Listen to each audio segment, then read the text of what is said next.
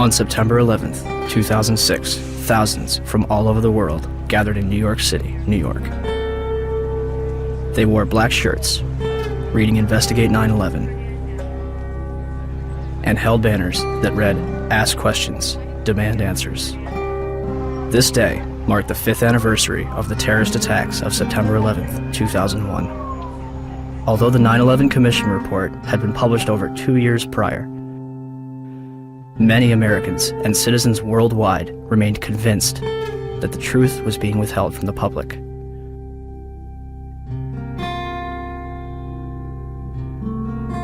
Why? Why was a growing percentage of the world population becoming increasingly skeptical of the events of September 11th? Was it a natural inclination towards believing the worst about the United States government? Or was it a legitimate concern that only grew more powerful with time? The 9/11 Truth Movement includes academics, engineers, physicists, firefighters, intelligence officials, and some of the very people whose lives have been shattered since September 11th. Were they all delirious? You should not be here. No, you've got it all wrong. We're honoring the fallen heroes from 9/11. That's our way. No, you're not. No, you are not. I feel so uncomfortable. I'm sorry. That next year, I'm not coming here. Or were they a concerned group of individuals taking the necessary steps to prevent the United States from slipping into its darkest era yet? Was September 11th a surprise attack on America by 19 Islamic terrorists? Or something else entirely?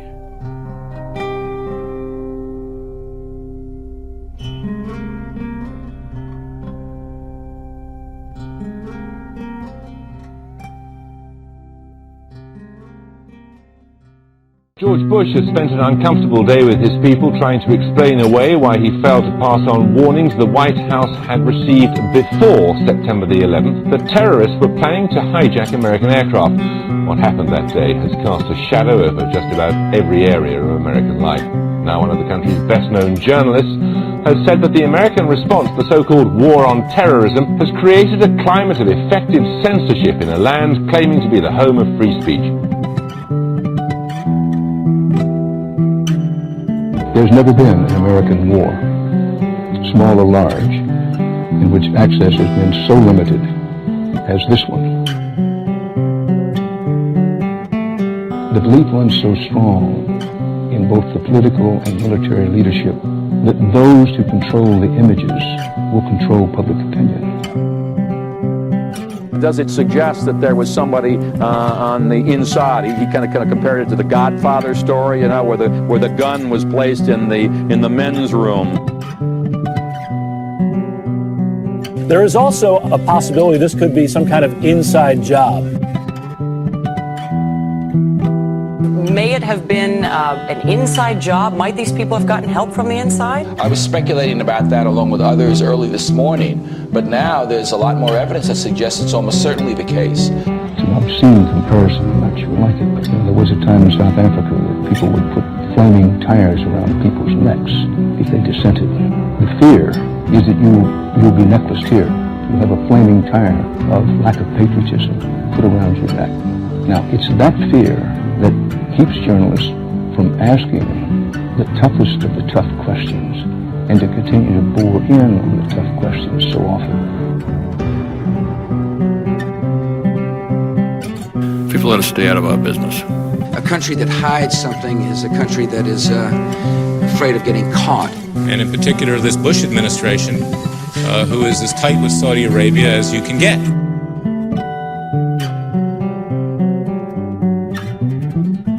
The president's father used to stay with the bin Laden family when he would go to Saudi Arabia.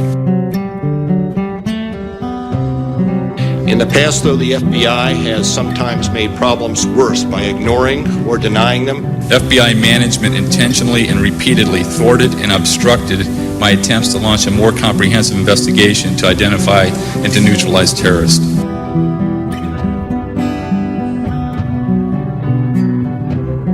To the families and victims, of September 11th. On behalf of John Vincent, Barry Carmody, and myself, we're sorry.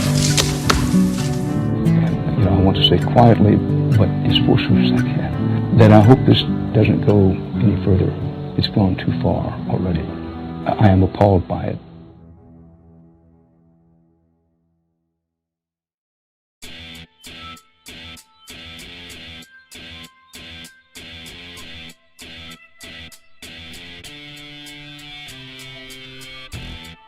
On September 13th, the United States government declares that it has overwhelming evidence that bin Laden is responsible for the attacks. The Taliban offers to hand over Osama bin Laden if the United States can provide evidence. Our position in this regard is that if America have evidence and proofs, they should produce it, and we are ready for the trial of Osama bin Laden in the light of evidence. Are you willing to hand Osama bin Laden to the United States or not? No. Without evidence, no. September 23rd, 2001. The Secretary of State said the administration would soon be able to document its case in public against the Al-Qaeda network and Osama bin Laden. And I think it'll be persuasive. By the next day, the White House was already backpedaling. But is there any plan to present public evidence so that, the average citizen, not just Americans, but people all over the world, can understand the case against bin Laden? I think as Secretary Powell said, there's hope to do that and to do so in a timely fashion over some course of time. But I think the American people also understand that there are going to be times when that information cannot immediately be forthcoming, and the American people seem to be accepting of that. It seems as though you're asking everyone to trust you. This information has yet to be provided to the public. Instead of taking credit, bin Laden denies involvement in the attacks 3 times. December 13th, the Department of Defense releases a videotape allegedly discovered in a house in Jalalabad, Afghanistan. Osama bin Laden describes the attacks along with Khaled al-Harbi. American mainstream media and even President Bush would portray this videotape as absolute proof of his guilt. International establishments question the authenticity of the tape. December 26th, 2001. A Taliban official claims that he has attended the funeral of Osama bin Laden. The next day, a video believed to be recorded on November 19th is broadcast, in which bin Laden praises the attack, but takes no responsibility. The next bin Laden video would not appear until October 29th, 2004, days before the presidential election. The video is described as the clearest claim of responsibility for 9/11. And when questioned why bin Laden's most wanted poster does not indict him for 9/11, the chief of investigative publicity for the FBI, Rex Toome, replied, 9/11 is not mentioned on bin Laden's most wanted poster is because the FBI has no hard evidence connecting Osama bin Laden to 9/11. Clearly, I couldn't really believe what I had just heard, so I repeated it.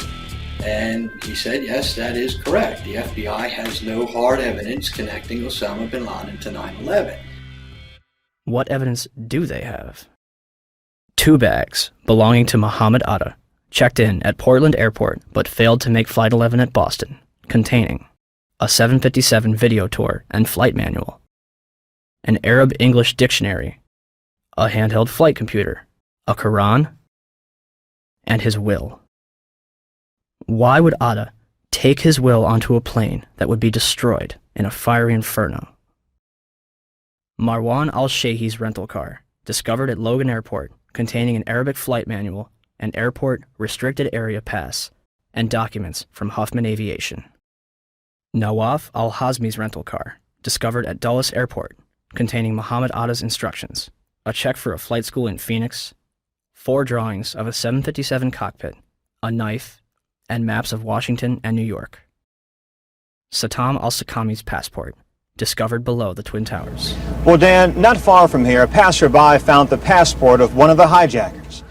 How does a passport fly out of a man's pocket through a 400-mile-per-hour airplane crash, survive 9,000 gallons of jet fuel, and land intact on a sidewalk 1,000 feet below?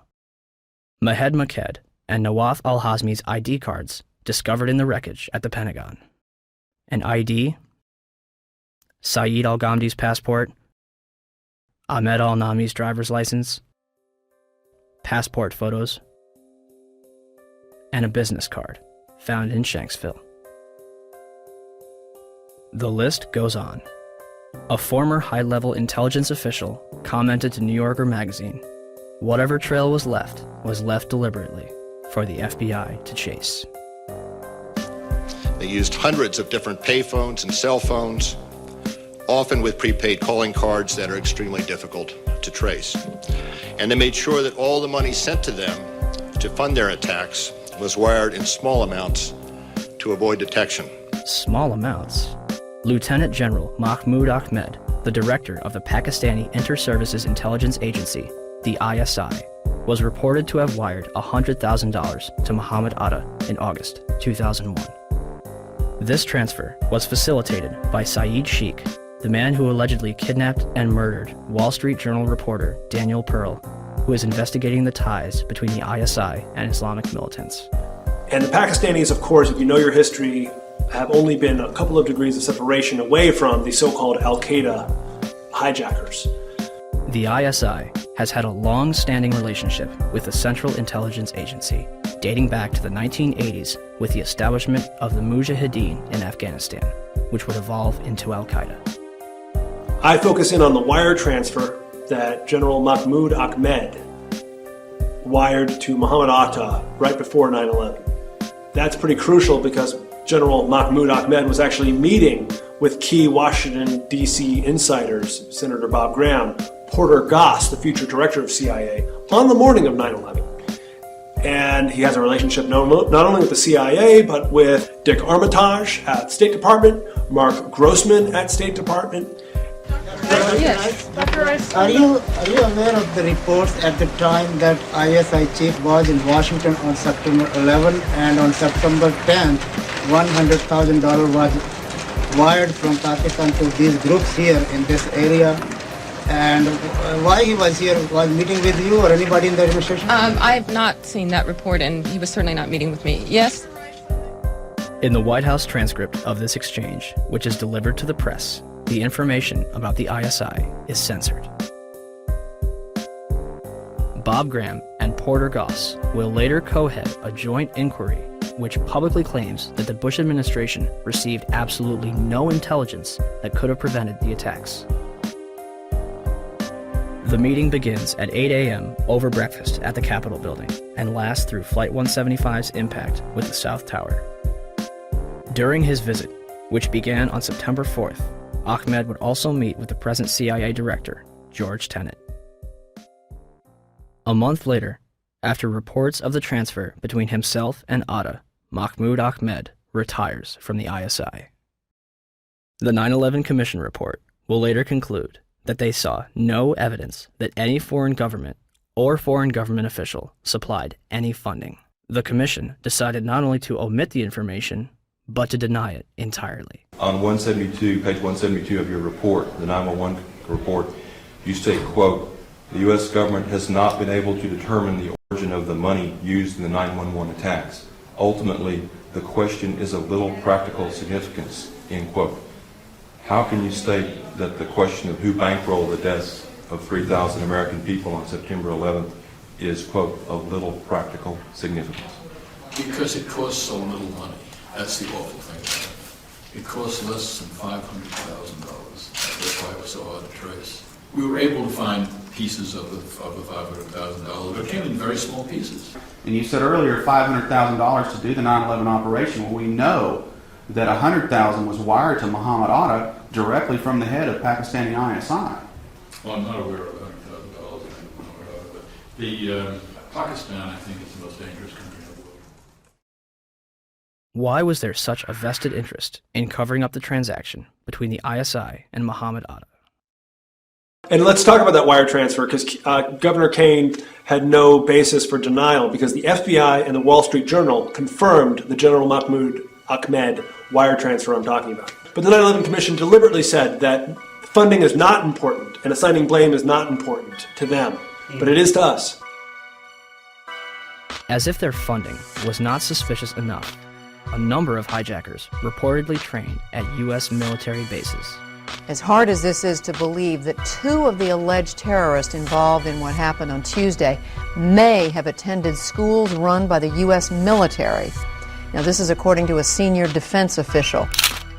Ahmed al-Nami, Ahmed al-Ghamdi, and Saeed al-Ghamdi listed their address on both driver's licenses and car registrations as the Naval Air Station in Pensacola, Florida. Muhammad Atta reportedly graduated from the U.S. International Office School at Maxwell Air Force Base in Alabama. In response to a Freedom of Information Act, Captain Jason Taylor confirmed that a Muhammad Atta trained there between 1998 and 1999, but did not verify if it was the same person. Abdulaziz Al-Amari attended Brooks Air Force Base in San Antonio, Texas. Saeed al-Ghamdi and others attended the Defense Language Institute in Monterey, California, as confirmed by Lieutenant Colonel Steve Butler, Vice Chancellor for Student Affairs. American media ceases investigation when the Air Force says, "We are probably not talking about the same people." Two of the hijackers, Nawaf al-Hazmi and Khalid al-Madar, rented an apartment from and lived with an FBI informant. Curiously, a number of them were reported to still be alive after the attack. Finally, we were led to believe that the alleged hijackers were fundamentalist Muslims spending their final days preparing for paradise. Yet, in the week before the attacks, a number of them would drink, visit strip clubs, and solicit prostitutes. By all accounts, Atta and his cousin kept to themselves, except for last Thursday, at this bar in Hollywood, Florida. It's believed both men came in, drank heavily, and then refused to pay the bill. And the guy got very, very offended, and he said to me, "Oh, I can pay my bill. I'm an airline pilot." And I was like, okay. Mahed Maked is spotted several times at a porn shop. Hamza al-Ghamdi ordered a porno in his hotel on September 10th. The mayor of Paterson, New Jersey, states that they are spotted more at go-go clubs than at mosques. Regardless of their actions, some of the hijackers' presence was known as early as 2000. What did we know? When did we know it? That's what some congressmen are asking now, and asking quite loudly. Did we know the year before 9/11 that one of the hijackers was a terrorist threat? Army Lieutenant Colonel Anthony Schaefer has gone public with his charge that Able Danger, a military intelligence project he worked with in 2000, identified Muhammad Atta, even pulled up his picture along with 3 other 9/11 hijackers as possible al-Qaeda members. We found the identities of 4 of the 9/11 hijackers prior to 9/11. But he says beginning in September 2000, 3 meetings he set up with the FBI were each canceled by military lawyers. Schaefer also says he remembers telling then 9/11 Commission staff at a meeting in Afghanistan about Atta and what the intelligence unit found back in 2000. And he was surprised that it did not show up in the Commission's report. I'm told confidently by the person who did move the material over that the 9/11 Commission received 2 briefcase-size containers of documents.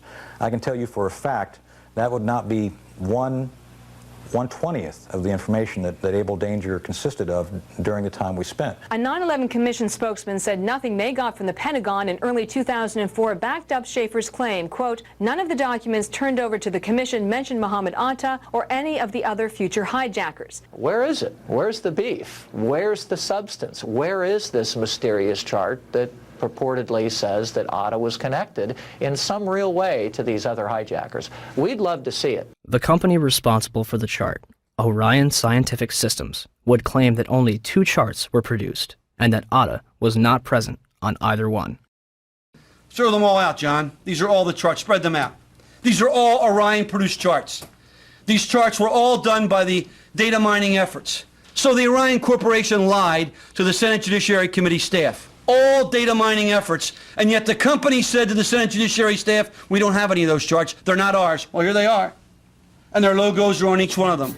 Well, Mr. Chairman, at least 2 of the 5 people that were going to appear today were threatened with removal of their security clearances if they continue to talk about this. This is going Are you back. at liberty to identify who those 2 are? I will to you. I'd rather do it privately since the Defense Department has chosen not to allow anyone to testify, but I will provide that information to the committee.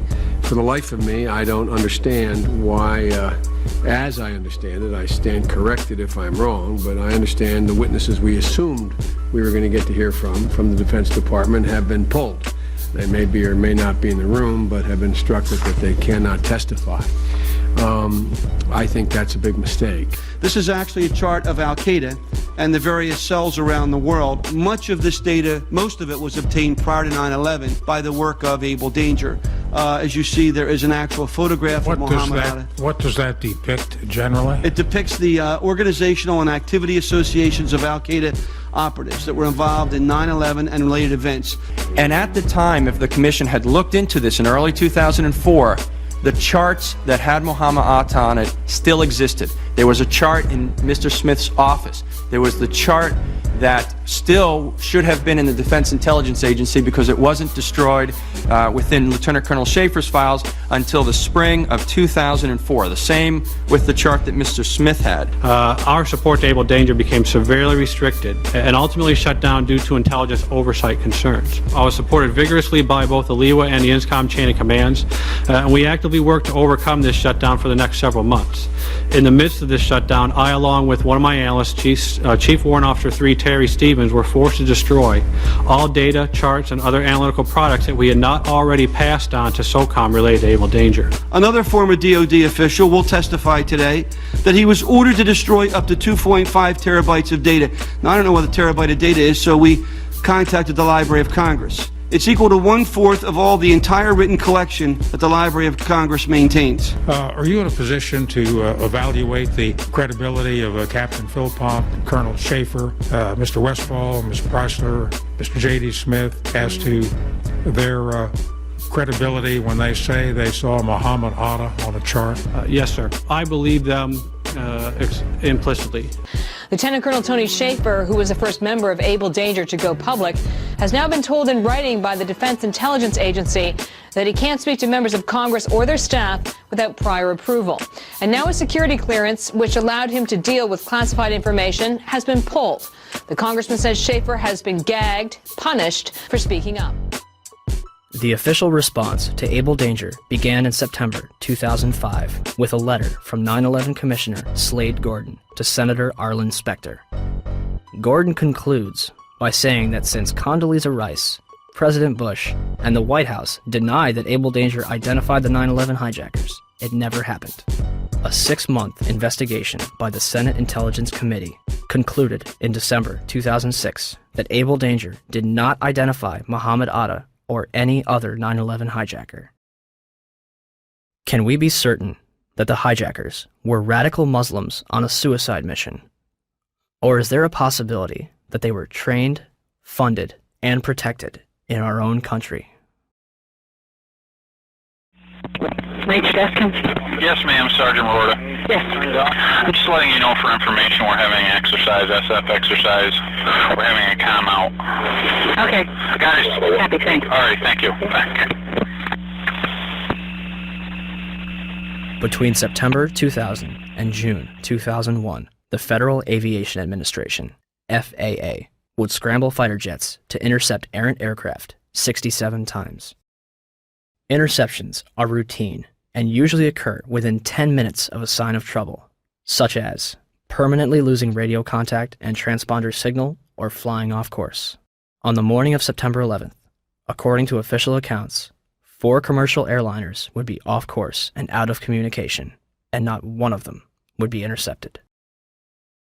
How is it that on 4 separate occasions on one day that $1 trillion military and intelligence infrastructure could fail?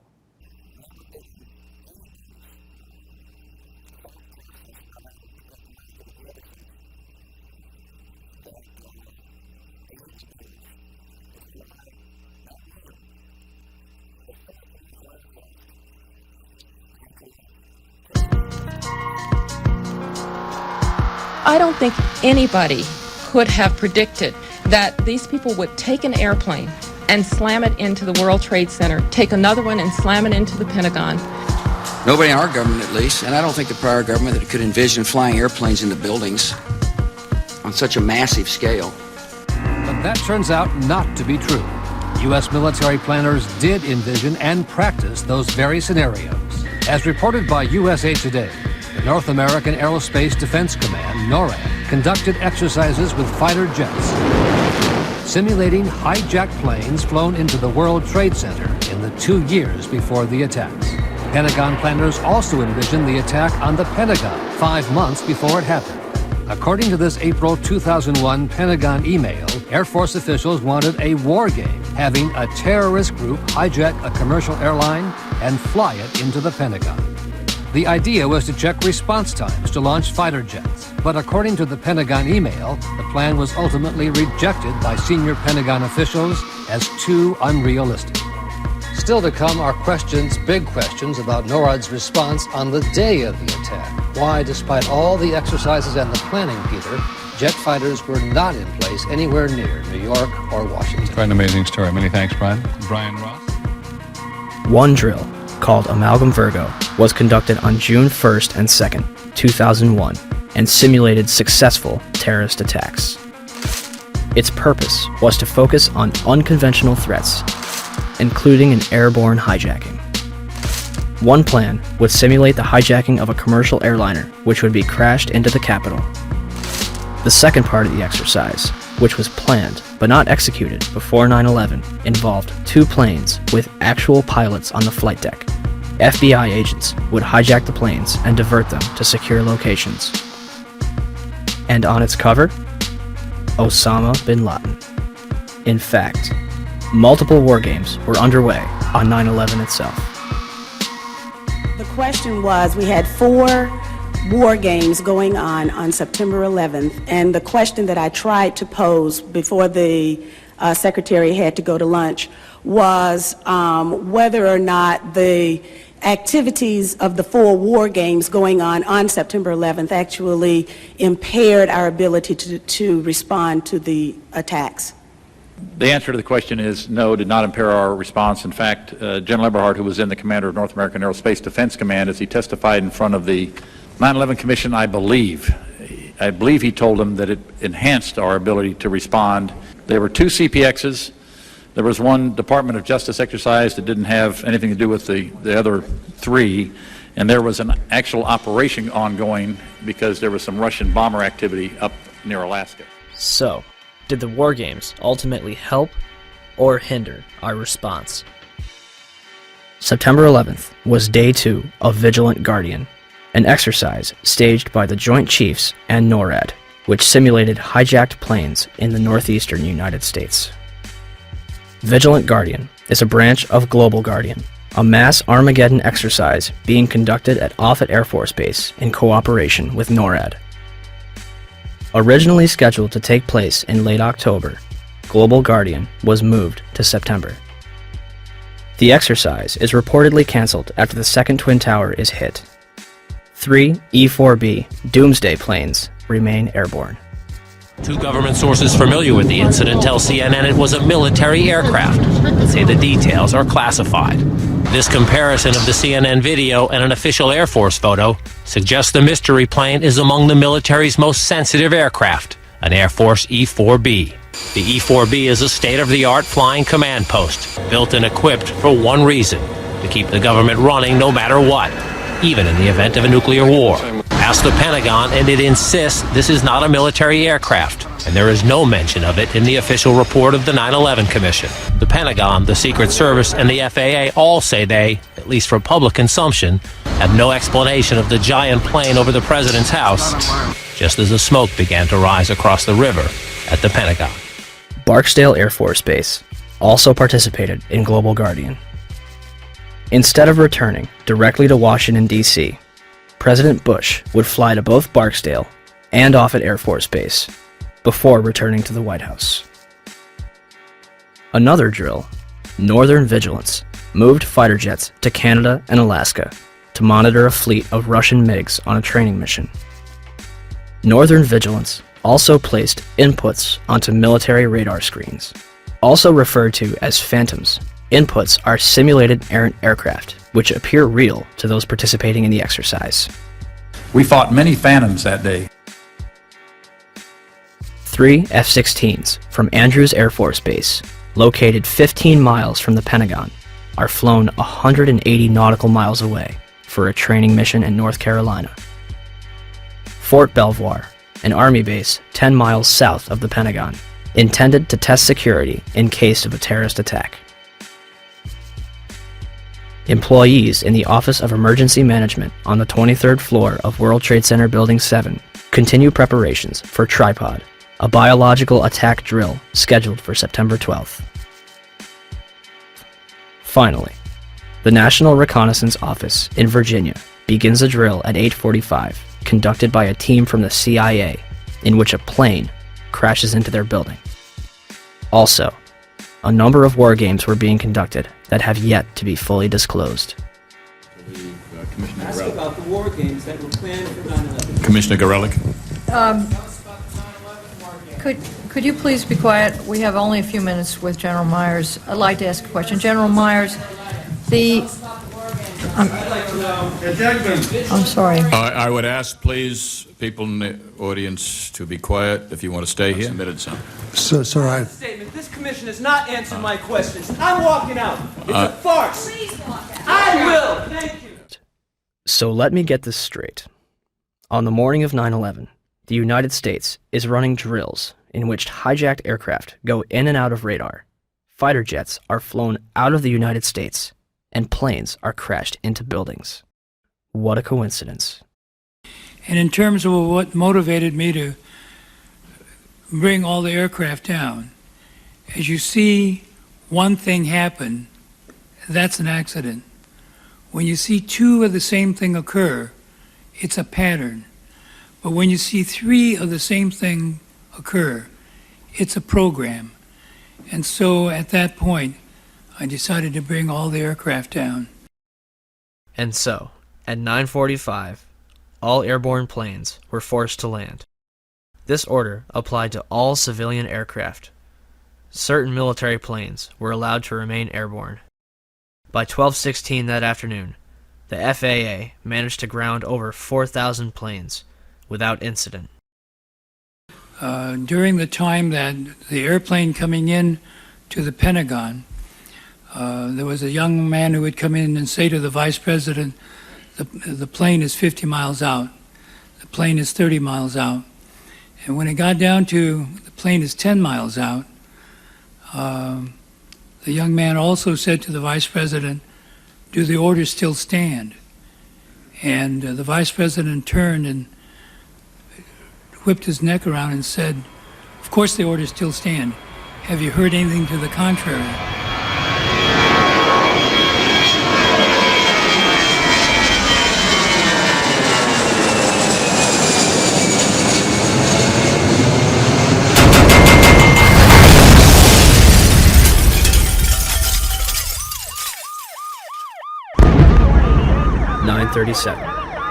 Arlington, Virginia.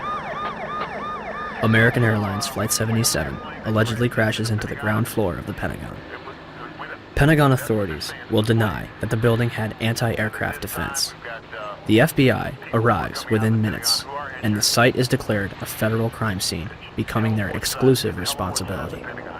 With the help of civilians, they comb the Pentagon lawn for debris, and within 24 hours, they had confiscated every known video of the attack. Pentagon officials initially denied that any of their cameras captured the event. However, on March 7, 2002, 5 images taken by a security camera from across the heliport are released. For years, these 5 frames were the only public footage of the Pentagon attack. This would change on October 14, 2004, when Scott Bingham would file a Freedom of Information Act lawsuit requesting videotapes that captured the impact of Flight 77. Special Agent Jacqueline McGuire of the FBI located a CD-ROM that contains copies of 2 time-lapse recordings made by security cameras. released on March 16, 2006. A video taken from a Citgo gas station, which is open only to Pentagon employees, released on September 15, 2006. And the Doubletree Hotel in Arlington, Virginia, released on December 7, 2006. Agent McGuire concluded that the FBI possessed 85 videotapes that might be potentially responsive. As of this date, we have no clear images of what happened at the Pentagon on the morning of 9/11. The official story goes as such. American Airlines Flight 77 was taken over by 5 hijackers, led by Hani Hanjour. Hanjour entered the United States in 1996 to become a professional airline pilot. He would not complete a single course. It's kind of a waste of time. He wouldn't show up for flights on time, didn't do his homework.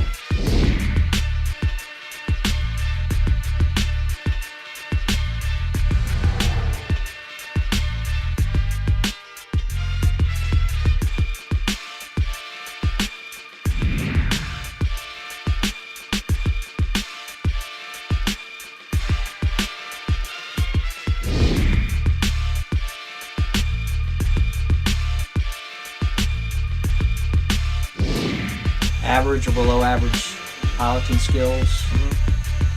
English was very poor, uneventful from our perspective.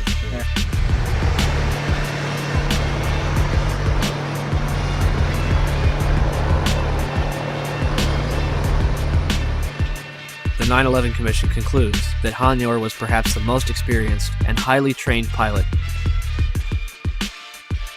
Flight 93's hijacker, Saeed Al-Ghamdi, was a former Saudi fighter pilot. How could Hanjour be more experienced than him?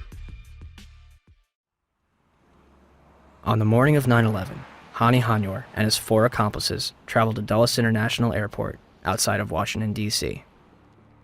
They had spent the weeks beforehand at the Valencia Motel in Laurel, Maryland, 6 miles from the National Security Agency. All 5 will set off metal detectors and be subjected to additional screening, yet all of them proceed to board American Airlines Flight 77, which is described by the Washington Post as unusually light on passengers. Out of 188 seats, 64 would be filled. In fact, all 4 planes involved in 9/11 would be at approximately 30% capacity. The hijackers will board alongside Barbara Olson, the wife of Solicitor General Ted Olson, and a number of employees from Boeing, Raytheon, the Department of Defense, Lockheed Martin, American Airlines, the Navy, Army, and other government agencies. The pilots were Officer David Charlebois and Captain Charles Burlingame. Charles Frank Burlingame III, an aeronautical engineer and a graduate of both the Naval Academy and Top Gun Fighter Pilot School, flew F-4 fighter jets and developed anti-terrorism strategies at the Pentagon before retiring in 1989 to take a job at American Airlines. He would remain active in the reserves and anti-terrorism exercises until 1996. His Boeing 757 would be crashed into the very section of the Pentagon he used to work in. The hijackers would have only moments to subdue both Charlebois and Burlingame, remove them from the cockpit, and retain control of the airplane. Yet, the plane is hijacked without incident at 8:51 and makes an unauthorized turn to the south 3 minutes later. No mayday, no hijack code, no sign of struggle. Flight 77 will fly all the way back from the Kentucky-Ohio border, coasting for another 43 minutes against its flight path before crashing into the Pentagon without any military interception. Had Hani Hanjour wanted to inflict maximum damage, all he had to do was continue his trajectory and nose down into the roof of the Pentagon. Instead, he begins a complicated 330-degree turn, dropping 7,000 feet and exposing himself for an additional 3 minutes while executing a maneuver described by experienced pilots as nearly impossible, requiring professional expertise. In essence, an amateur pilot considered a waste of resources by instructors who was unable to control a small Cessna in August 2001, executed this nearly impossible maneuver in a 757 with skilled precision a month later. Todd Lewis is working radar at Dulles Airport. One of my colleagues saw a target moving from the northwest to the southeast. And it was just a countdown, 10 miles west. And she notified the supervisor. 9 miles west. But nobody knew that was a commercial flight at the time. Nobody knew that was American 77. What did you think? It was a military flight of some kind? I thought it was a military flight. I thought that Langley had scrambled some fighters and... It was almost a sense of relief. This must be a fighter. Maybe one of them got up there. It was really moving fast. It was moving very fast, like a military aircraft might move at a low altitude. This must be one of our guys, sent in, scrambled to patrol our capital. The 757 will descend over Columbia Pike, flying adjacent to the Sheraton Hotel, Virginia Department of Transportation, Navy Annex, and fly past the Citgo gas station before crossing Washington Boulevard. 5 light poles are knocked out of the ground. One reportedly strikes a Washington, D.C. taxi driven by Lloyd England. Flight 77 manages to hit the only section that was reinforced to withstand a terrorist attack, including reinforced steel and blast-resistant Kevlar windows an 1.5 inches thick. The renovation, planning for which had begun in 1991, was only days away from completion. Had the plane struck anywhere else, the casualties and damage would have been far greater. An area that normally would have housed up to 5,000 occupants yielded 125 casualties. The Pentagon's outer wall had a hole approximately 20 feet in diameter on the first and second floor, and visible damage 90 feet across the first floor. I would say if it was 16 feet diameter, 20 feet tops, that's what would start me so curious. As I was trying to find something, there was no marks on the grass. Something never hit the ground. It didn't hit the heliport. I mean, it was a precision or awfully lucky hit. I mean, I don't know how it didn't bounce. I don't know how it hit directly in the side of the building without touching the ground, going as fast as it obviously was going. But I can't believe the thing is more than a garage door. And again, the classic airplane crash has wreckage. I mean, they found the axles from the Ryder truck in Oklahoma City. I can't believe they can't find an engine. Opinions differ at this point. People that believe a 757 hit the Pentagon, and people that don't. Those that believe a 757 did hit are fueled by the damage path,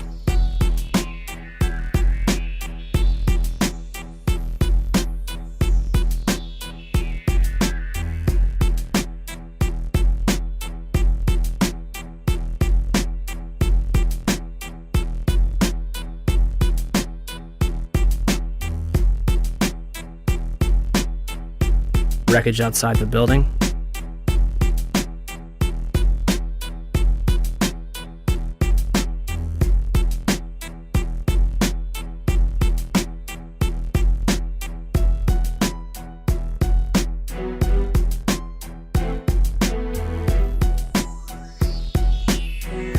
and eyewitness testimony. While we were sitting in the office, and all of a sudden we heard some rumbling, something is kind of hitting us. Very imminent things could happen. So we look at each other, and it really, the noise is unbearable. And at the last moment, my brother jumped out the office. I heard about the very big jet sound. Looks like just up to here. I just look at the outside, big black wings coming that way. And then I just running out, and then 2-3 seconds, boom! We're used to seeing planes. Maybe a 20-passenger corporate jet, no markings on the side. I saw a plane going down, big plane, commercial liner type. And I saw this jet coming in, and it was really low, and it was an American Airlines jet. You could read the AA on the side, silver fuselage. This particular plane was awful low, and as we were coming down on a 395, it came across in front of us, and it was low. Coming in at a shallow angle like it was landing right into the side of the Pentagon. It just happened. It was really amazing. huge explosion. So you actually saw the plane impact the side of the building? Yes, I did. Just one plane? Just one plane. I basically made a turn too early and ended up right in front of the Pentagon on Route 27, which goes just, I didn't even know it was the Pentagon. I mean, I've grown up in this area, but I just am basically never over there. Besides, you can't really tell it's five-sided anyway, so I didn't even know it was the Pentagon, but I was just in traffic. My main focus was that I was late for this service and we were stuck in totally standstill traffic, just sitting dead still on the highway.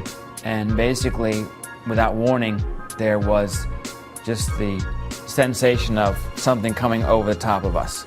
It seems the plane was so low that it hit a light pole that was just on the edge of the highway, on the far side there. Before it came over the highway, it clipped this pole, which I heard ended up being knocked over and hitting a taxi, which was near my car. Okay, my name is Lloyd England. 9/11, I was driving my car on my way home. This airplane flew over top of my car. It was real close. Glass, a loud noise happened, and the pole came through the dashboard, right through the car. I stopped the car in the middle of the street. It didn't stop straight, it stopped at an angle. As far as the plane went through, it didn't come back in until I stopped the car and got out. Then I looked for the plane. There was no plane, but it was quiet. If had nobody seemed to have indicated where something happened, I wouldn't have known. And I was there. I mean, I'm there. The plane, the wing spread would have been from that house, maybe halfway in my house. And the big wing, the big motors underneath of them. And nothing was left out? Those that think a 757 did not hit are fueled by the damage to the building and lack of large structural debris outside. Particularly, the lack of damage from the wings and vertical stabilizer, and the fact that those objects, as well as the engines, were never fully recovered. Is there anything left of the aircraft at all? First of all, the question about the aircraft, there are some small pieces of aircraft visible from the interior during this firefighting operation I'm talking about, but not large sections. In other words, there's no fuselage sections and that sort of thing. They said it was a plane, and I didn't see any pieces of any plane, and I couldn't believe that a plane hit the building. There are numerous parts to a 757 that are virtually indestructible. To date, we have not seen a single piece positively identified as Flight 77's. The fact that an exit hole inside the Pentagon is not explained by any official report on the attack. The fact that there was no impact damage on the lawn. And the fact that out of the videos that have been released, none of them clearly show a 757. The outer wall will collapse 20 minutes later, leaving a hole approximately 70 feet wide. What hit the building may be important. However, our focus should be on why it was hit in the first place. The section hit was the headquarters of Naval Operations, Naval Intelligence, and the Navy Command Center. Army personnel were also killed. A number of accountants and budget analysts were also present at the time and killed in the attack. The Arlington County After Action Report states that important budget information was in the damaged area. It's interesting that 24 hours prior, Donald Rumsfeld publicly made this announcement. According to some estimates, we cannot track $2.3 trillion in transactions. According to the 9/11 Commission report, the military was unprepared for the transformation of commercial aircraft into weapons of mass destruction. Counterterrorism forecaster Marvin Citron authored a report in 1994 for the Department of Defense, warning of Washington's vulnerability to terrorist attack. We predicted a plane could have crashed into the Pentagon. That's about as specific as you can be. If you made a right turn at the Washington Monument, you could hit the Pentagon. A left turn, you could hit the White House. Back on October 24th, 2000, the Pentagon conducted MASCAL, a mass casualty exercise which simulated the impact of a Boeing 757 into the building. very curious, and as time goes by, it makes you more curious as you have time to dwell on the details and all the information that's becoming available. I can't drive my car that well, but I can't imagine somebody just climbing behind the wheel of an airplane and doing what they did and doing it so well. Basically, it was the strangest day I've ever spent in my entire life. It was like in slow motion. I get chills every time I hear the audio. Physically, I swear I get chills every time I watch the video. I can feel the heat. I can smell the fuel, or I can smell the burning. There's been a lot of curiosity, I think, in time, and even for me who was there. I still have questions of, did I really see what I think I saw? You know, when you're led to believe and you think you believe what you think you saw, I think that you begin to buy into it. But the more you dwell on it and the more the evidence comes forward, the questions get larger and larger and larger. I'd like some conclusion. I mean, I'm sure the families would, and I'm sure the military knows a lot more than we do in the government. But I'm just astounded that they don't share more of the information that's available. If the government was 100% forthcoming and wanted to squelch any doubt as to what happened, why have they controlled the evidence so strongly? Why is there no positive identification of Flight 77? Why, when Vice President Dick Cheney was aware of an incoming aircraft up to 50 miles away, were employees allowed to remain in the building? Had a single alarm gone off inside the Pentagon, 125 people would be alive today, and hundreds more would not be suffering. And when it got down to the plane is 10 miles out, the young man also said to the vice president, "Do the orders still stand?" And the vice president turned and whipped his neck around and said, "Of course the orders still stand. Have you heard anything to the contrary?" Norman Mineta's testimony would be completely unreported by the 9/11 Commission. It would also be censored from the online archives of Commission hearings. A spokesperson from the National Archive claimed that it was a technical snafu. The 9/11 Commission will later conclude that Vice President Dick Cheney did not reach the bunker until 9:58. My main concern is that in your testimony, you stated that Vice President Dick Cheney came into the POEC office at 9:20 when you arrived, and he was already there. He's gone in front of Meet the Press, and he said that he was there at 9:38. They did that because they'd received a report that an airplane was headed for the White House. This is Flight 77, which had left Dulles. Flight 77. It left Dulles. As best we can tell, they came initially at the White House. The plane actually circled the White House? Didn't circle it, but was headed on a track into it. Tracking it by radar. And when it entered the danger zone and looked like it was headed for the White House was when they grabbed me and evacuated me to the basement. The plane obviously didn't hit the White House, turned away and we think flew a circle and came back in and then hit the Pentagon. Yet the 9/11 Commission report puts him there at 9:58 that morning. 9:58? Yeah, I don't know if you got a chance to read it, but it puts him half an hour later. So I don't mean to ask a rhetorical question, but to the best of your recollection, was Vice President Dick Cheney already there at 9:20? The flight you're referring to is the flight that came into the Pentagon. This was before Flight 77. Before American Airlines went into the Pentagon. Yeah. Norman Mineta was in the bunker with Cheney, and so the fact that wasn't in the 9/11 Commission report was rather odd, don't you think? Yeah. Who was that young man? Did anybody ask who that young man was? How could Dick Cheney, or anyone in the administration, especially after an aide warned him a plane was 50 miles out and 2 planes had already struck the World Trade Center, allow the Pentagon to be struck? You know, am I prepared to believe that Dick Cheney would be capable of knowing about this kind of attack on the Pentagon, for example, and allowing it to happen? Well, from what I know about Dick Cheney, yeah.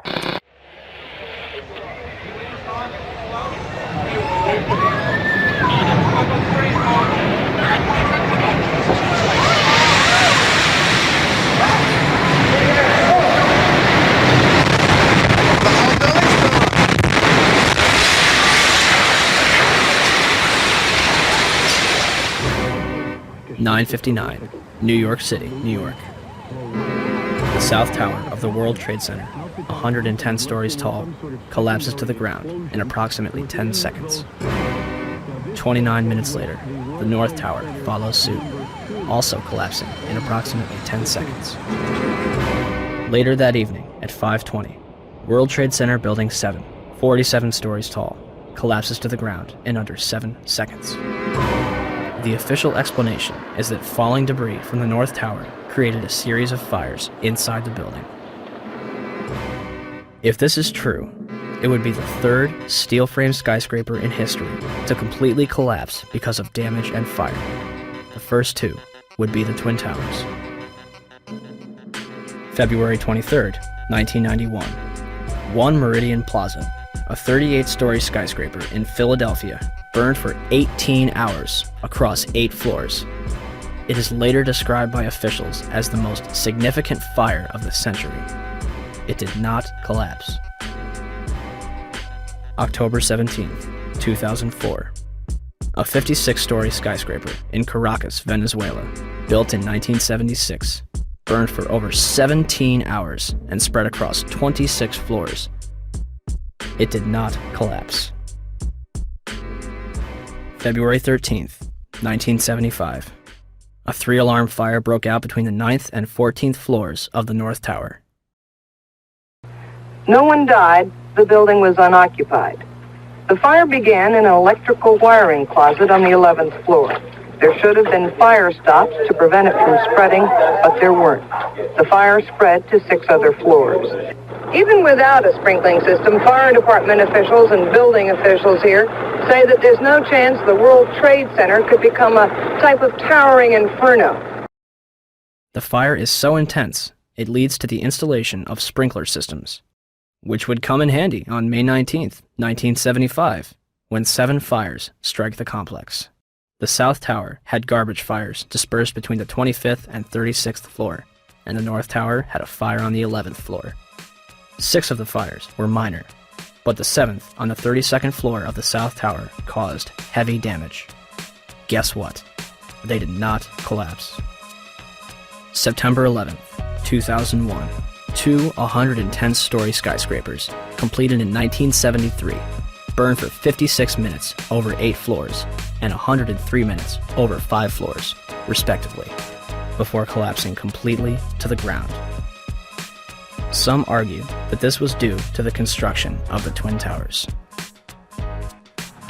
The Twin Towers were composed of 200,000 tons of steel and 425,000 cubic yards of concrete. The core of each tower was a rectangular pillar 87 by 133 feet, comprised of 47 steel box columns ranging from 36 by 16 to 52 by 22 inches. The North Tower was completed in 1970, standing at 1,368 feet tall, and the South Tower was completed in 1973, reaching 1,362 feet tall, making them the tallest buildings in the world at the time. They were designed to withstand multiple impacts from a Boeing 707, the largest aircraft at its time. An analysis released in 1964 claims that the buildings were investigated and found to be safe in an assumed collision with a 707 traveling at 600 miles per hour. Such collision would result in only local damage which could not cause collapse or substantial damage to the building. A 707 has 4 engines instead of 2, and its cruise speed is 607 miles per hour. The Boeing 767s that struck the North and South Tower were traveling at 440 and 540 miles per hour, respectively.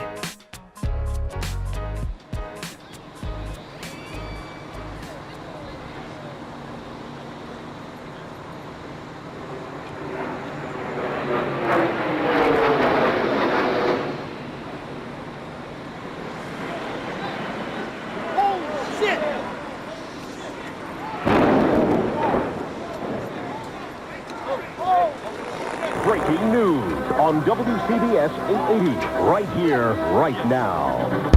I believe if we can get in touch with him, we have a witness who saw what happened at the World Trade Center. This apparently was a commuter plane that smashed into it with such force that the windows of the Pick-a-Bagel smashed with a big bang. Everybody was very frightened. Did you manage to see what kind of plane it was? I couldn't tell. It was a smaller plane. It looked like a smaller plane, but I couldn't tell. Not I'm not really sure.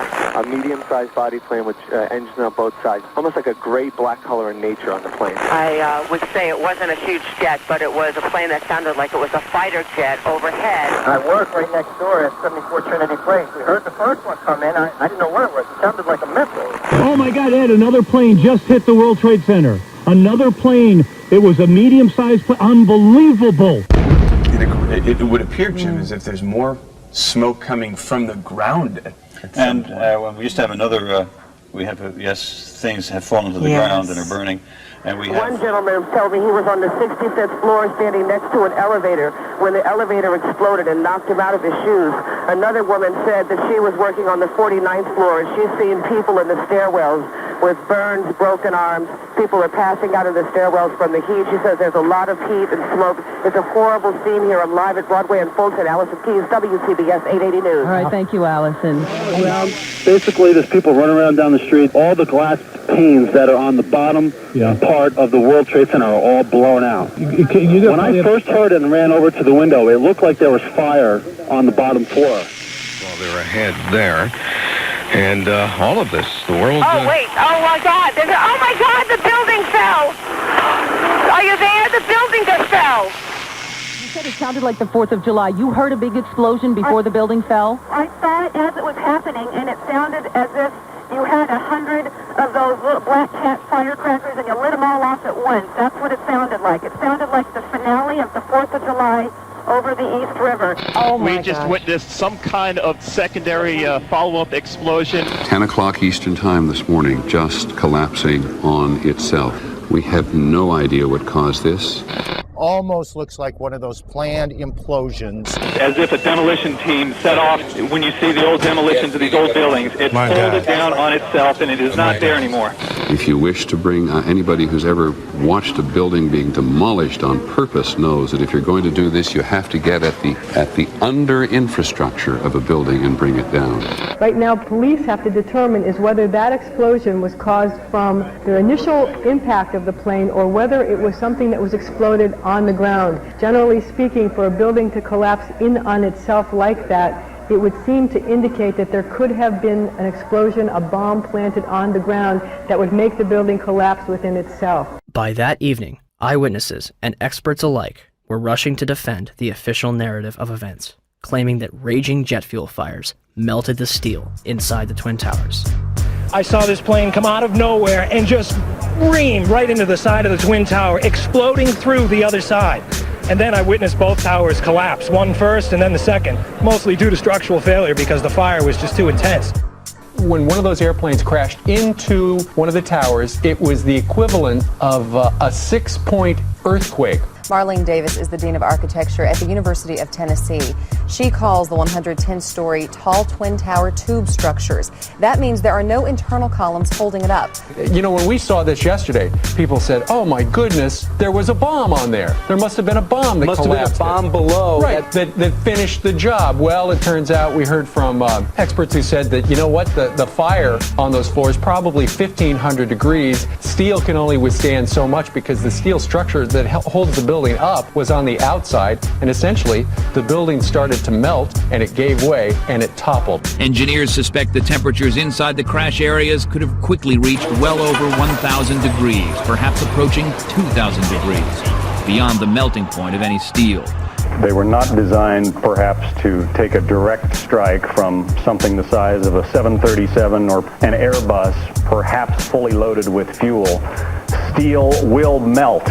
Physics professor and explosives expert Van Romero. Even if there was no secondary explosives in the building, hitting the having the airplane hit the building where it did, a large amount of weight above the damaged location, that damaged location being further damaged by the fire, that structure could no longer support the weight above it, and the collapse ensues. Numerous individuals, including some of the architects themselves, would claim that plane crashes were never taken into consideration and that the building was doomed to failure. Hyman Brown was the project engineer on the Twin Towers, the man on the ground in charge of making sure the buildings were built right, the way it was designed. Structural steel is fireproof to last between 1 and 2 hours, which it did, and then steel melts. Each tower was built around a central core. That core kept the building up, supporting the tower's so-called dead weight. But when steel melts, according to Brown, like dominoes, it falls. Brown says the towers were built to withstand 200-mile-an-hour hurricanes, the 100-year storm, the worst nature could dish out. But he says an airplane crash never entered anyone's mind. However, that's not entirely true. Yet the impact of the planes alone did not cause that failure. In fact, tall building designers try to anticipate air accidents. Marc Loiseau is president of a company called Controlled Demolition. When this structure was designed, it was designed, to the best of my understanding, to take the impact of what was then the state-of-the-art airplane being used in our country, the Boeing 707. The building was designed to have a fully loaded 707 crash into it. That was the largest plane at the time. I believe that the building probably could sustain multiple impacts of jetliners because this structure is like the mosquito netting on your screen door, this intense grid, and the jet plane is just a pencil puncturing that screen netting. John Skilling, the World Trade Center's head structural engineer, told the Seattle Times after the 1993 bombing that if a plane struck the building, there would be a horrendous fire, but the building structure would still be there. On August 21st, 2002, the National Institute of Standards and Technology, NIST, commenced their investigation. NIST is a government agency that reports back to the United States Department of Commerce, headed at that point by Donald Evans and later replaced by Carlos Gutierrez, both Bush cabinet appointees. As part of their investigation, NIST contracted Underwriters Laboratories to recreate floor models from the Twin Towers for the purpose of fire resistance tests. We heard about it in the news. We heard about it right away that the floors didn't collapse.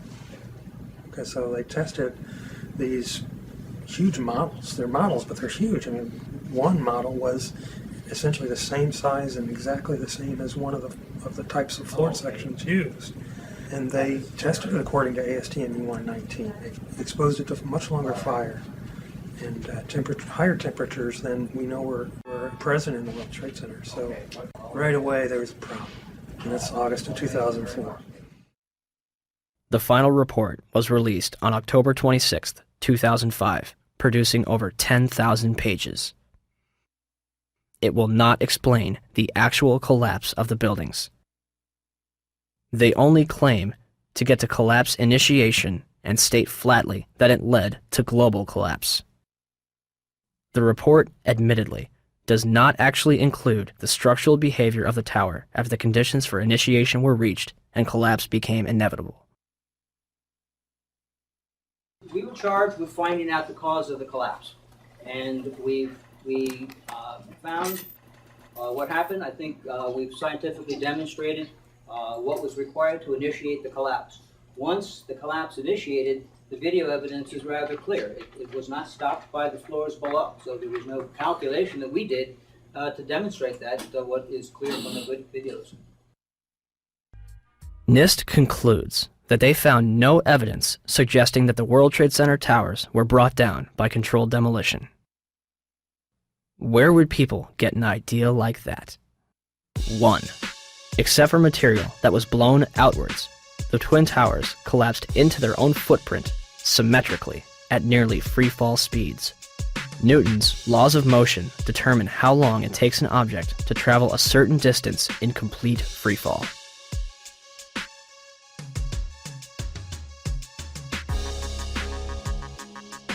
In a controlled environment, an object dropped from the roof of either Twin Tower would reach the ground in 9.2 seconds. The 9/11 Commission report will state, at 9:58, the South Tower collapsed in 10 seconds. Even NIST says the tops of the buildings came down essentially in free fall. Judge for yourself.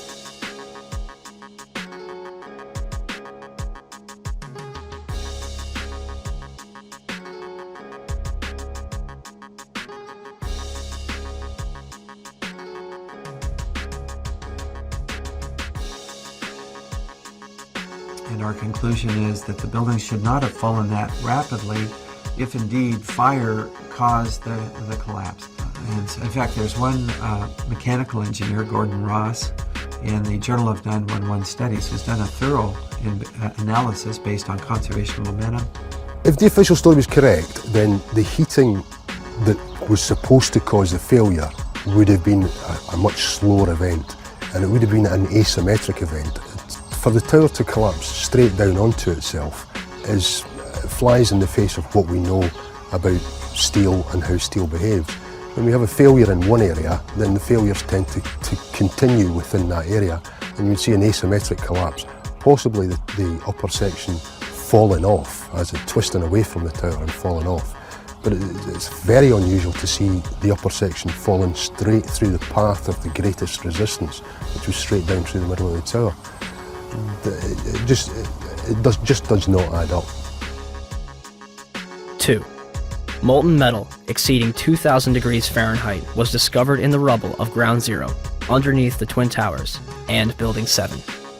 Even with heavy rain on September 14th and 21st, a constant stream of fire retardants and water, described as creating a giant lake.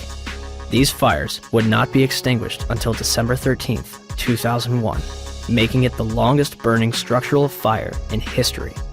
Was the jet fuel responsible?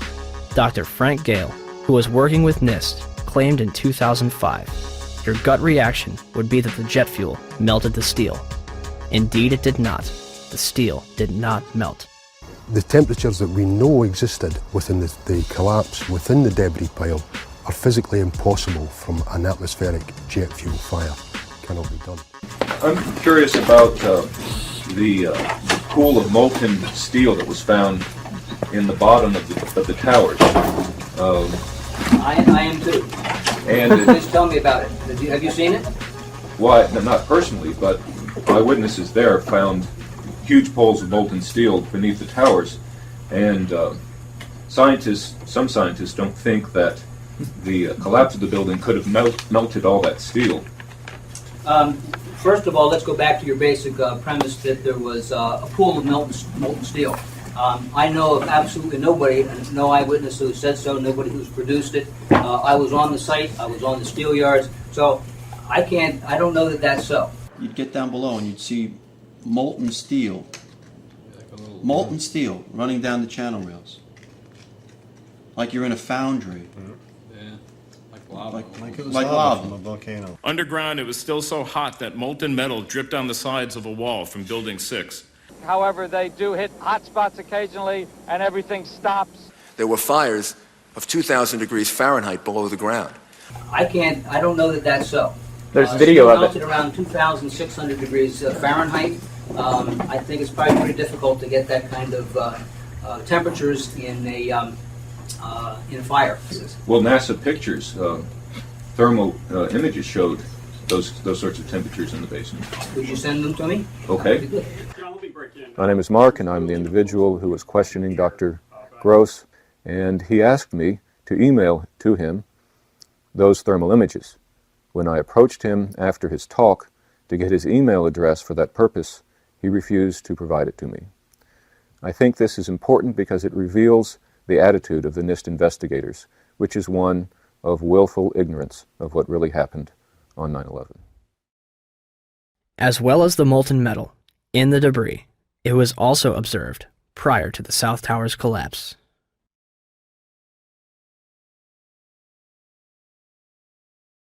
Also, a minute and 20 seconds before collapse, large amounts of white smoke begin pouring from the base of the South Tower.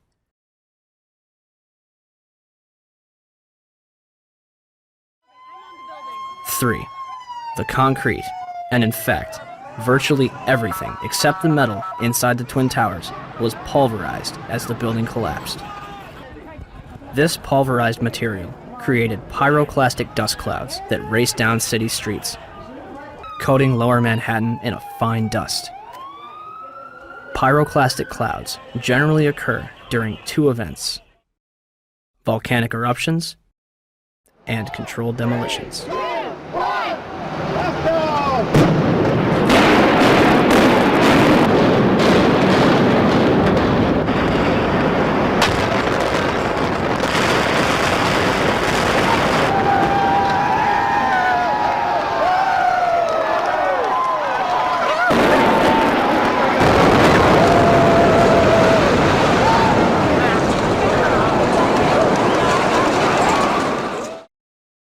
4.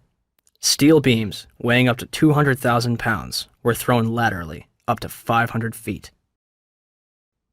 A cross-section from the World Trade Center weighing approximately 300 tons was embedded in the southeastern corner of the American Express building.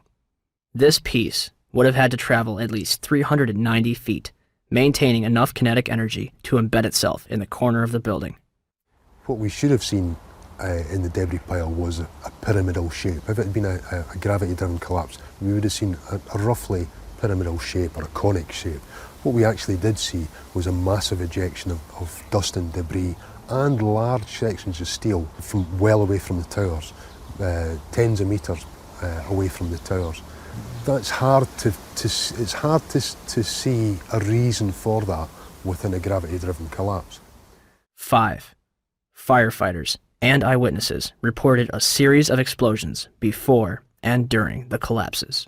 And we heard the noise associated with an implosion. Secondary explosion on Tower 2. Some sort of explosive device. We're obviously having a bit of trouble right now maintaining our location because we just heard one more explosion. There was another major explosion. Do you know anything about those extra explosions we heard? No, I do not. Were they car bombs? I have no idea, ma'am. The street shook, and I heard like an explosion. Do you know if it was an explosion or if it was a building collapse? To me, it sounded like an explosion. We heard a very loud blast, an explosion. They were taking photographs and securing this area just prior to that huge explosion that we all heard and felt. Not clear now is why this explosion took place. When there was some sort of collapse or explosion. From street level, as though it had exploded up, a giant rolling ball of flame, and the firefighters screamed, "Run!" It was this blast of warm air. It wasn't hot. It was warm. And it picked me up and threw me up against the wall of the building I was. You were picked up off the ground. Physically picked up off the ground. I remember an explosion. At that point, I got knocked out. I don't remember anything. Then I got up, and I looked out the window because the windows exploded, and the street below caved in. And at that point, there was like fireballs coming up. An hour later than that, we had that big explosion from much, much lower. I don't know what on earth caused that. About 15 minutes after they made their entry, we heard a boom. I don't know if that was the infrastructure that was going or another explosion. Again, there has been a second explosion. John, just seconds ago there was a huge explosion, and it appears right now the second World Trade Tower has just collapsed. All of a sudden I heard rumbling and we all started running away from it. The glass blew out and threw me onto the sidewalk, and I couldn't see for 20 seconds. It was like holy hell coming down them stairs. And then when we finally got to the bottom, they were coming out on mezzanine level there. And another explosion came right from it because everyone flying. We stuck on the stairs for a while. We finally got down to the lobby. Then we get to the lobby, it was this big explosion. So I was real lucky. I don't know what happened to the people behind me when that blast occurred. And it was actually on the 78th floor of the second tower, and was evacuating the tower, and experienced all these explosions and made his way back down. We presume because of the initial explosion, there may have been secondary explosions as well that were detonated in the building by these terrorists. There was a secondary explosion, probably a device either planted before or on the aircraft that did not explode until an hour later. I heard a second explosion and another rumble and more smoke and more dust. I ran inside the buildings, the chandelier shook, and again, black smoke filled the air. Within another 5 minutes, we were covered again with more silt and more dust. And then a fire marshal came in and said we had to leave because if there was a third explosion, this building might not last. Eyewitnesses also reported that explosions had taken place in lower levels of both the North and South Tower. They were having coffee in the World Trade Center when the first plane struck. And all of a sudden it sounded like, I don't know where the subway is, but it sounded like a subway collision, a bomb, and it was just pounding, boom, boom, boom, and I literally thought the subway had exploded. And the ladies that are with me were in the World Trade Center in the first building and escaped through the lobby where they report they believe there was a bomb in the lobby. Just get out of the tunnel and the blue. The subway tunnel? Yeah. Yes, I was right there. I was down in the basement, came down, all of a sudden the elevator blew up, smoke. I dragged the guy out, his skin was hanging off, and I dragged him out, and I helped him out to the ambulance. And when I got up to the concourse level, it was just like you know, like gunfire, and then just 3 big explosions. And even the turnstile was burnt and was sticking up, and they just told us to run. I heard the first explosion, and the elevator blew up. And as we were coming out, we passed the lobby. There was no lobby. So I believe the bomb hit the lobby first, and a couple of seconds then the first plane hit. Firefighter John Schroeder arrived in the lobby of the North Tower shortly after the first plane struck. So we're standing there in the lobby, we're getting all together. All of a sudden, we hear... I look down to my right, and the elevator's exploded, something out of like a Bruce Willis Die Hard movie. People just come running out of the elevators, on fire, fireballed. I mean, it was like, what is going on here? There's something's up here. I mean, the plane's up there, now there's fire down here. People run around all on fire. This is crazy. So we were heading up to the 24th floor of the stairwell, and all of a sudden we heard, Mayday, Mayday, second plane, second plane. Swift, we're looking at each other like, come on, second plane? There's no way there's a second plane. Within seconds, our building got rocked. We got bounced around in the stairwell like pinballs, man. And we just said, you know what? Time to go. We got down to the lobby, and everything was blown out, exploded. Everything was... And we were the only ones in the lobby now. We're going, wait a second here. Where is everybody? Because the building was coming down the outside. They moved the command post to World Trade Center, too. So now we're like, we didn't get no, where is everybody? We're in the lobby. All it looks like everything was exploded. Everything was gone. We're like, what is going on here? We didn't know. We were like, this is crazy. But for every window in the lobby to be exploded, I mean, them windows were like as thick as forget it. They were 2-3 inch glasses. You know, come on. They exploded out of the lobby. You know, something. It wasn't from the jet fuel. No way. The elevators exploded. They were down from the lobby. The lobby was over here. That should never have happened. Something would happen there, and that wasn't. We came down. It looked like a bomb went off in the lobby. There was no fire. It just looked like a bomb went off. So, how was the largest and most puzzling architectural failure in history treated? The steel from the World Trade Center was mostly shipped overseas, eliminating any possibility of independent investigations. New York City's Department of Design and Construction contracted 4 companies for debris removal. Each was assigned a specific zone and controlled and monitored by a 3-person team. The operation was so controlled that in November, each dump truck used for removal of debris was fitted with a GPS locator.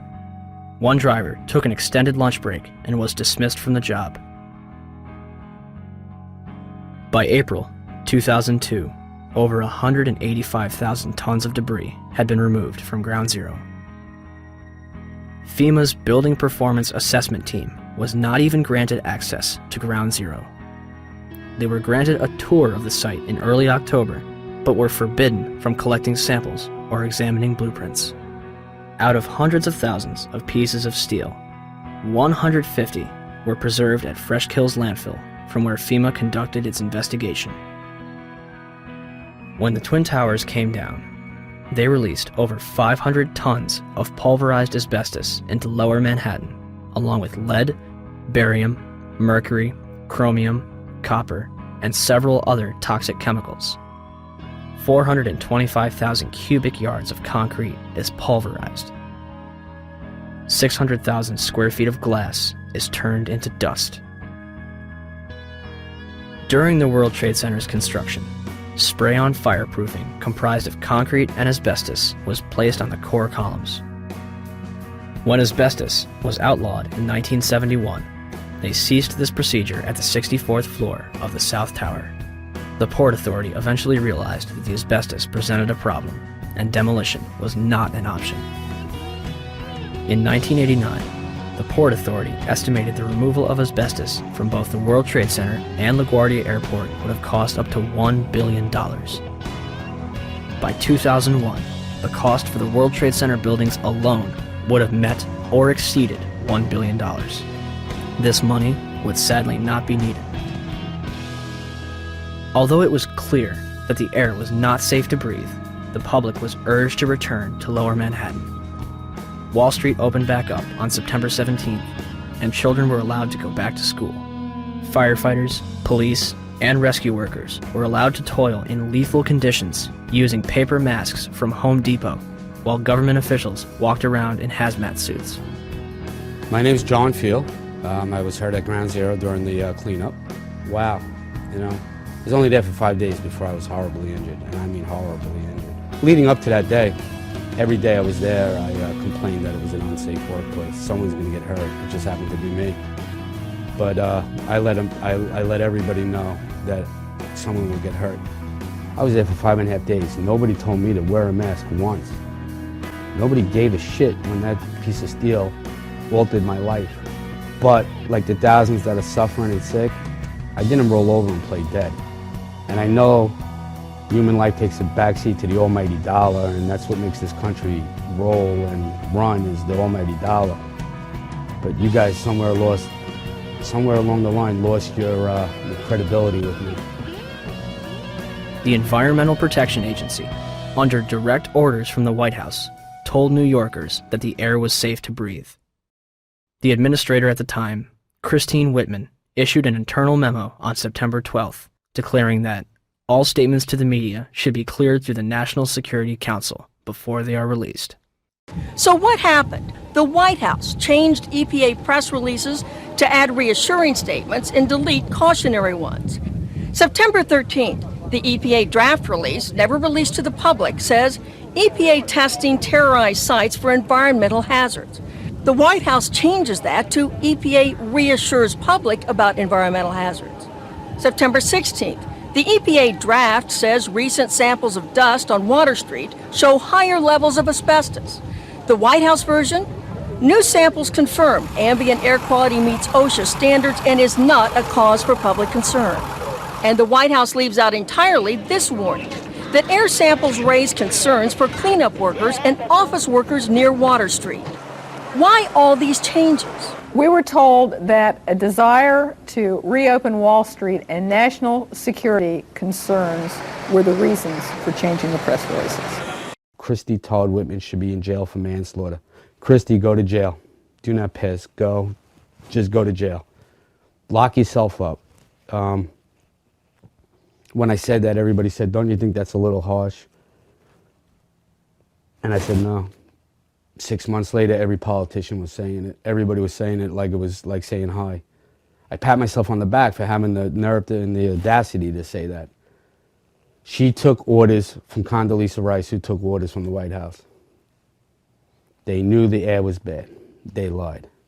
You should go to jail for manslaughter. For every time somebody dies. James Sedroga, Don Jones, Tim Keller, my close personal friend who I had to go to his funeral, Officer Borgia, and the many more that have died.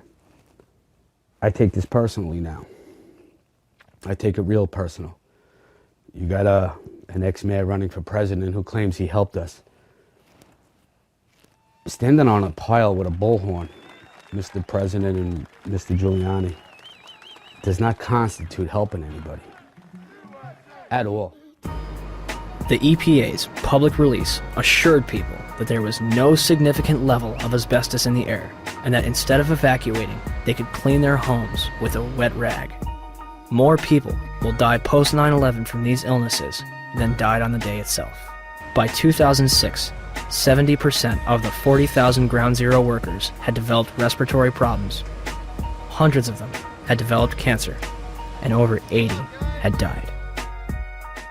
To make matters worse, a large majority of the victims from the World Trade Center were denied a decent burial and treated like garbage. A pile of approximately 500,000 tons of ash located at Fresh Kills landfill contains 1,148 victims that have yet to be identified. Mayor Bloomberg has repeatedly denied family members' requests, replying, "I've only visited my father's grave once." On top of all of this, human remains were discovered up to 400 feet away from the South Tower, on the roof of the Deutsche Bank building. 300 bone fragments were discovered between April 7th and 14th, 2006, and more are expected to be found. Is all of the above possible with a gravity-driven global collapse? Were the Twin Towers brought down as a result of the airplanes that struck them and the fires that followed?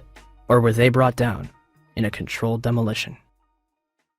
same All right, time. some new information coming in. Report from Associated Press of a large plane crashing in western Pennsylvania. This is according to officials at the Somerset County Airport. A large plane crashing in western Pennsylvania. We had that plane crash. I'm sorry, go ahead, Skip. Say it again. Repeat, please, Skip. I'm saying somebody may have made that horrible decision to go ahead and take the plane down.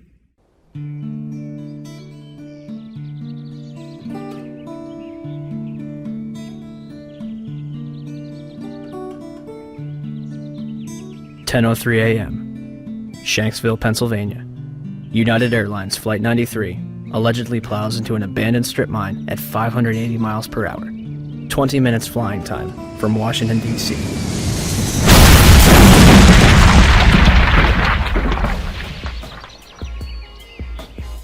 Originally, the official story is that passengers on board the plane overthrew the hijackers and sacrificed themselves to prevent further casualties. The 9/11 Commission will later conclude that hijacker Ziad Jarrah, anticipating a cockpit overthrow, crashes the plane into the ground. Debris from Flight 93 was found considerable distances from the crash site. The debris here is spread over a 3 to 4 mile radius, which has now been completely sealed off and is being treated, according to the FBI, as a crime scene. This is one of those cases where the pictures really do tell the story, that sort of the most horrifying aspect of this particular crash scene is how little debris is visible. That's really all you see is a large crater in the ground and just tiny, tiny bits of debris. There has been at least one report that the investigators out there, and there are hundreds of them, as I said tonight, have found nothing larger than a phone book. Well, Darren, in the last hour or so, the FBI and the state police here have confirmed that they have cordoned off a second area about 6 to 8 miles away from the crater here where this plane went down.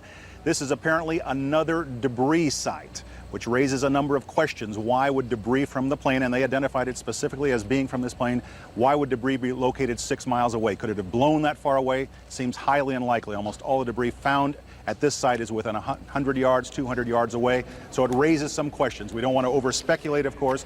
It seems to me from covering a number of plane crashes on the scene that, if nothing else, you can say this is not typical for a plane crash to be spread across an area this large. It certainly doesn't make sense because most of the debris has been found in a very compact area within 100 yards, 200 yards, maybe a little beyond that. And then all of a sudden they're telling us 6 miles away they have another concentration of debris. They say it's very small pieces. Most of these are very small pieces. Most of the pieces here are no bigger than the size of a briefcase, they say, and the pieces 6 miles away, maybe even smaller than that. Did they find a plane in Shanksville? Within the last hour. I want to get quickly to Chris Kanicki. He was back there just a couple of minutes ago, and Chris, I've seen the pictures. It looks like there's nothing there except for a hole in the ground. Basically, that's right. The only thing you could see from where we were was a big gouge in the earth and some broken trees. From where we could see, there wasn't much left. Any large pieces of debris at all? No, there was nothing that you could distinguish that a plane had crashed there. Smoke, fire? Nothing. It was absolutely quiet. It was actually very quiet. Nothing going on down there. No smoke, no fire. Just a couple of people walking around. They look like part of the NTSB crew walking around looking at the pieces. How big would you say that hole was? From my estimates, I would guess it was probably about 20 to 15 feet long and probably about 10 feet long or 10 feet wide. What could you see on the ground, if anything, other than dirt and ash? And you couldn't see anything. You could just see dirt, ash, and people walking around, broken trees. From the Somerset County coroner to the mayor of Shanksville, almost every eyewitness would remark how little of the plane and its passengers remained. But when I got there, I wondered to myself, where is it? The plane was just totally disintegrated. The only thing we didn't see were people.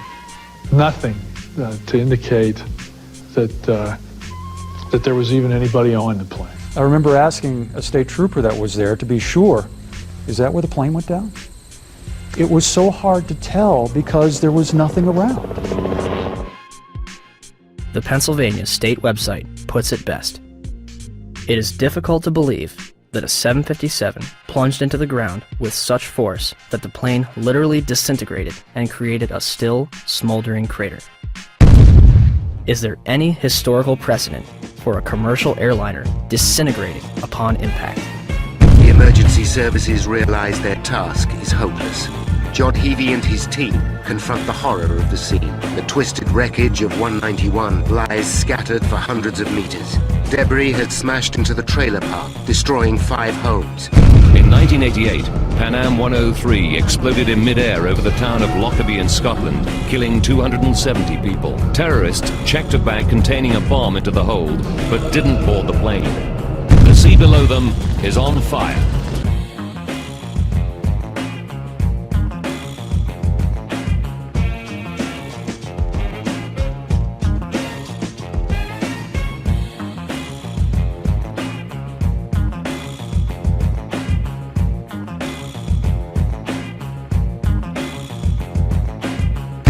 Saying that the pilot was able to dump fuel over Jamaica Bay.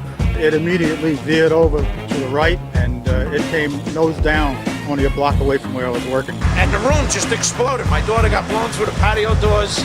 My wife got blown into the living room and I got blown out the patio doors behind my daughter. Several blocks away from the primary crash scene, the aircraft may have been rocked by vibrations severe enough to knock the engines off the wings. Jim, let me just tell our audience what you're looking at. These are from Jamaica Bay. This is clearly a part of the plane. Yes, that would be the horizontal stabilizer, the vertical tail fin on the back of the airplane.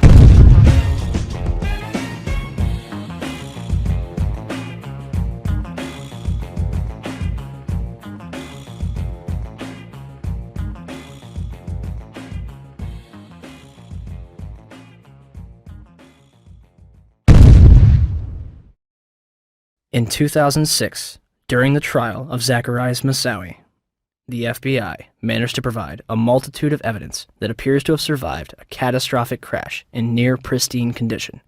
Among the exhibits were a red bandana, a Kingdom of Saudi Arabia driver's license, John Talignani's driver's license, and flight attendant Cece Lyle's personal effects, including her driver's license and Marriott hotel card. Although a 757 managed to obliterate itself upon impact, paper and fabric managed to survive without a scratch. They also released pictures of an engine and 2 pieces of fuselage. It is not specified where those were found. Once again, the FBI stepped in to supervise every aspect of the investigation.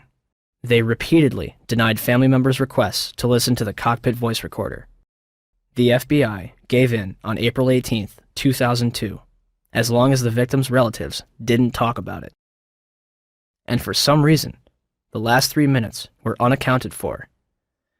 No explanation has been given. Even after Zacarias Moussaoui's sentencing, the actual cockpit voice recorder has yet to be released. The 9/11 Commission concludes that the military was not informed of Flight 93 until 10:07, minutes after it had crashed. We heard the explosion. Actually, our power had gone off, and then we felt a tremor. We had just gotten up, and the next thing I know, it sounded like a missile came across our house. I mean, they were going that fast. It was flying. It was coming from that direction. I have no idea what it was. Oh no, it wasn't. It wasn't the aircraft that crashed. No, it's hard for me to believe that they did not know about that aircraft until 10:07. That's difficult for me to believe. Despite the discussions about military assistance, no one from FAA headquarters requested military assistance regarding United 93, nor did any manager at FAA headquarters pass any of the information it had about United 93 to the military. A year after 9/11, military officials were telling an entirely different story, that Flight 93 was being tracked.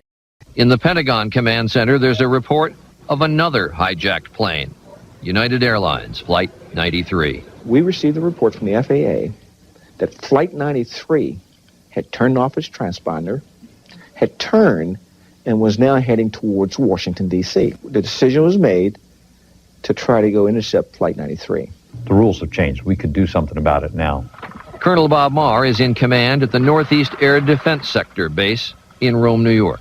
The words that I remember as clear as day was, "We will take lives in the air to preserve lives on the ground."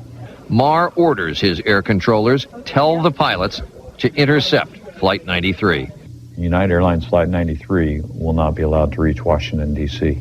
The closure time came and went, and nothing had happened. So you can imagine everything was very tense. Flight 93 is about 175 miles north and west of Washington, flying over Somerset County, Pennsylvania. Up above, a fighter jet streaks by. It was about, 10:03 that the fighters reported that Flight 93 had crashed. Eventually, of course, we never fired on any aircraft. When you heard the plane was down without a shot being fired at it, do you remember what you said? We just witnessed an act of heroism. Was Flight 93 downed by hijackers in an open field in Shanksville, Pennsylvania? Or is the truth being withheld from the public?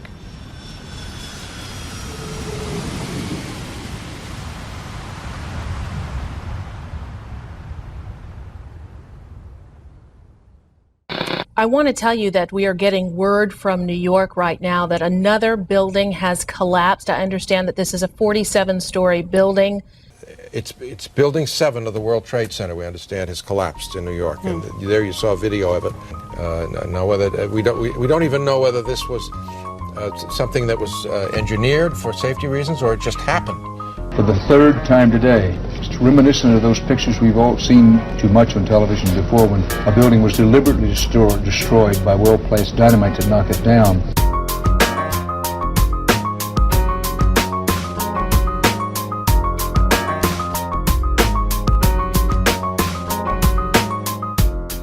In 1984, construction began on World Trade Center Building 7, a 47-story office building, 570 feet tall, and 300 feet away from the North Tower. It opened to the public in 1987 and housed offices for Department of Defense, Securities and Exchange Commission, and the Internal Revenue Service. Building 7 was considered the Central Intelligence Agency's largest station outside of Washington, D.C., and was also the Secret Service's biggest field office. Numerous cases would be closed due to its destruction. On June 8, 1999, Mayor Rudolph Giuliani's Office of Emergency Management Command Center on the 23rd floor is opened. The command center on the 23rd floor is bulletproof and bomb-resistant, with its own air supply and generators. It's linked to city airports, the Coast Guard, and the Pentagon. Computers will soon have detailed blueprints of every major building in New York City, as well as evacuation routes.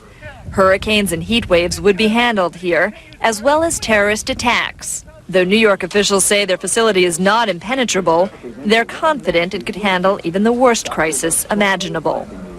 Deborah Fayerick for CNN, New York. The 50,000 square foot center has reinforced, bulletproof, and bomb-resistant walls, its own air supply and water tank, beds and showers, and 3 backup generators. It has countless monitors which oversee police and fire department responses, and it is staffed around the clock.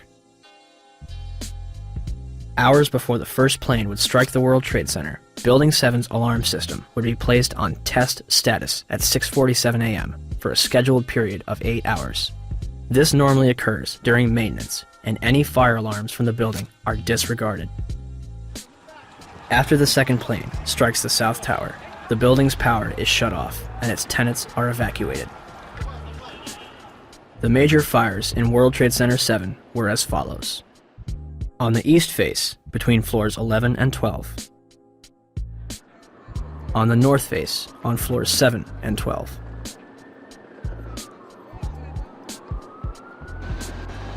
On the west face, between floors 29 and 30. Smoke obscures the entire south face of the building.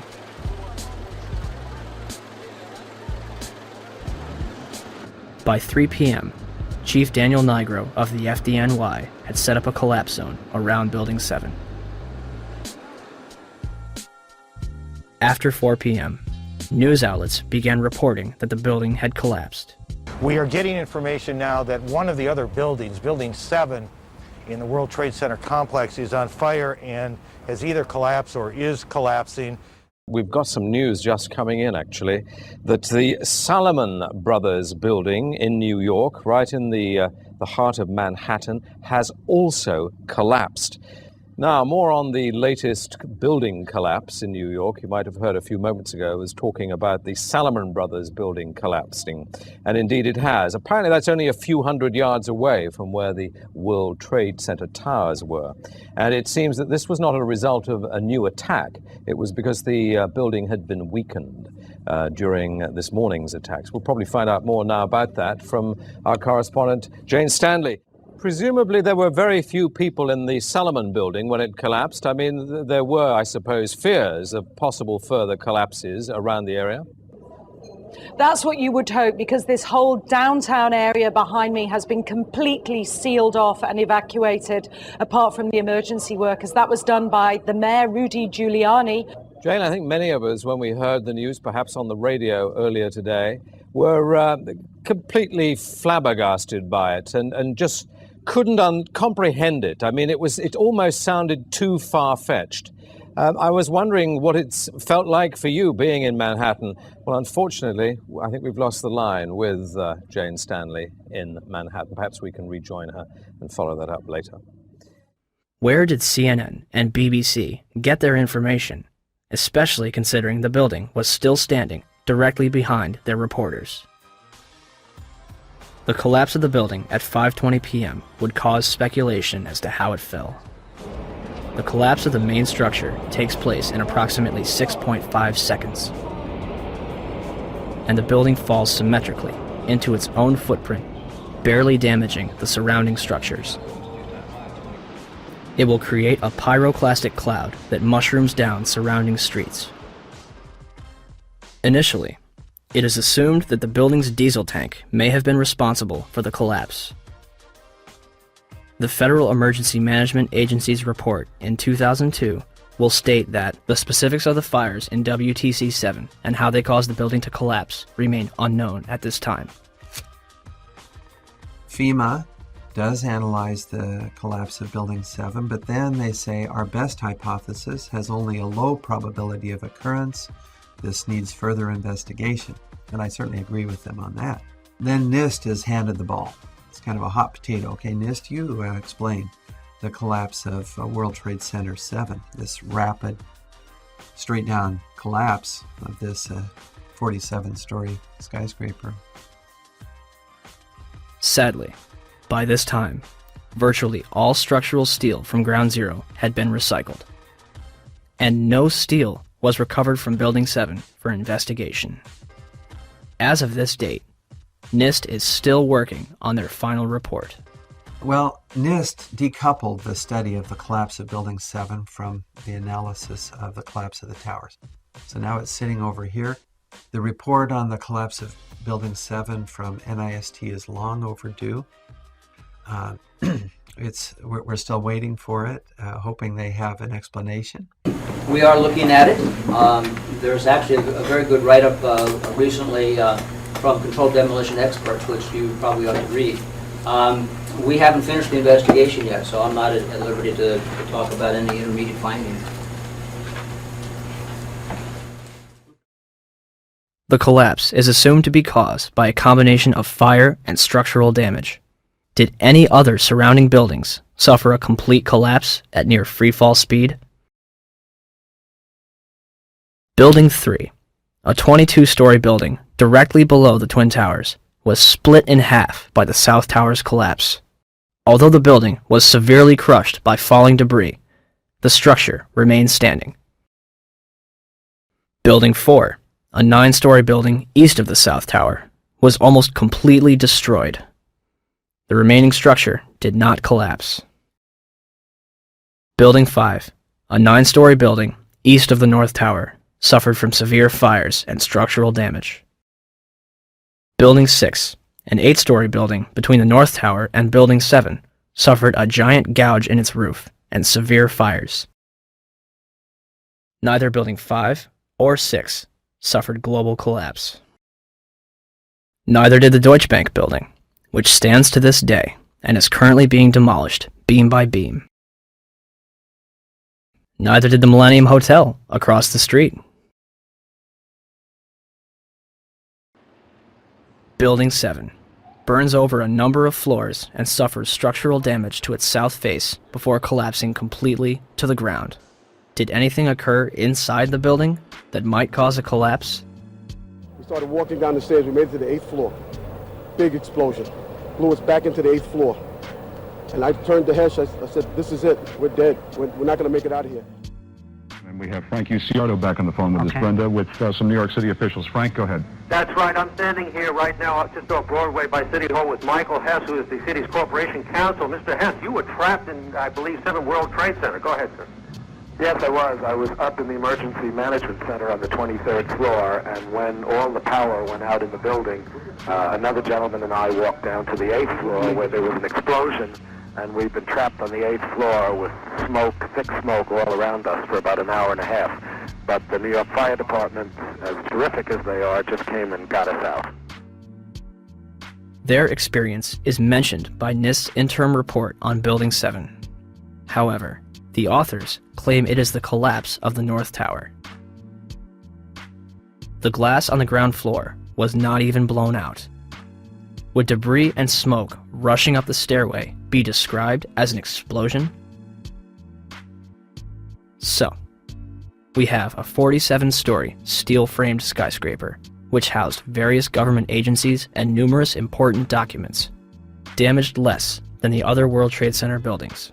At 5:20 p.m., all structural elements inside Building 7 simultaneously fail, and it collapses symmetrically, imploding into a pile of rubble. This building had 81 columns, 24 core and 57 perimeter, running from the basement to the roof. For the building to have collapsed the way it did, all 81 of these columns had to collapse simultaneously. Could fires on a few floors have heated up all these columns to the breaking point at the same time? Let's ask the 9/11 Commission. Governor Keane, may I ask another question, please? At 5:20 p.m. on September 11th, World Trade Center building number 7, 47-story modern frame steel skyscraper that no plane hit, collapsed into a neat little pile onto itself and exhibiting all the characteristics of controlled demolition. FEMA, in their investigation, didn't say that. They said that fire must have knocked it down, but they couldn't figure out how. Video evidence shows what appears to be explosive squids going up the side of the building from south to north or from bottom to top as the building collapsed. There was molten metal found in the basement of that building at temperatures that exceeded anything normal fire could cause. With all the confusion about what happened to Building 7, why is there not a word about the collapse of that building in the 911 Commission report? We didn't see any evidence of the kind of thing you're talking about. We thought that was part of the tragedy of 9/11. There was building no collapsed evidence. later on. There was not a loss of life in that building, and it was not part of our report. Not part of the report. Thank you, sir. Governor? So for the 9/11 Commission to totally ignore that, I think is unconscionable and shows that they did not do a thorough job. Did Building 7 collapse because of damage from the falling North Tower? Or was it also a controlled demolition? Die moesten het doen terwijl het binnen nog brandde.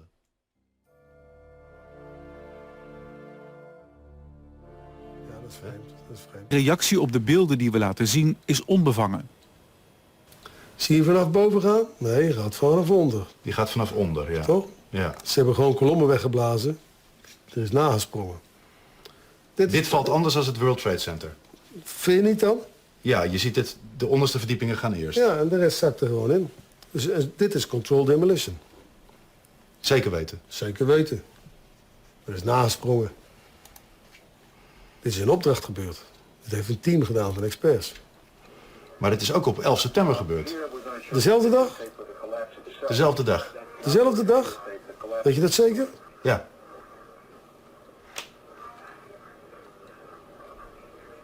Was het zeker weten de 11e? Dat kan geen waar zijn. 7 uur nadat de World Trade Center naar beneden viel. Ja?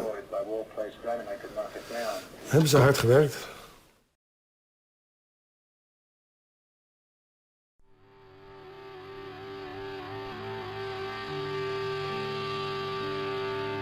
In the aftermath of 9/11, citizens and politicians alike would demand that steps be taken to ensure such attacks never happen again.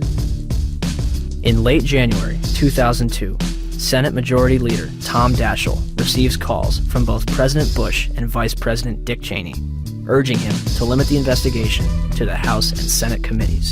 The administration would continue to oppose the investigation until November 2002, when Congress creates the National Commission on Terrorist Attacks upon the United States to make a full and complete accounting of the circumstances surrounding the attacks. Democratic leaders concede several aspects after the White House threatens to create the commission by executive order, giving themselves considerable control. President Bush officially signs it into law November 27, 2002, and names Henry Kissinger as chairman of the 9/11 Commission. The Chicago Tribune puts it best. Kissinger is known more for keeping secrets from the American public than telling the truth. On December 13, 2002, Kissinger resigns from the 9/11 Commission, due mostly to a congressional demand that he disclose his private business clients. It would later be revealed that Kissinger was a chief advisor to the Bush administration regarding the Iraq War, a lie which has now cost more American lives than 9/11 itself. Thomas Kean and Lee Hamilton are named as chairman and vice chairman of the 9/11 Commission. By December 16, 2002, the 10 initial members of the 9/11 Commission have been appointed. Onto the stage.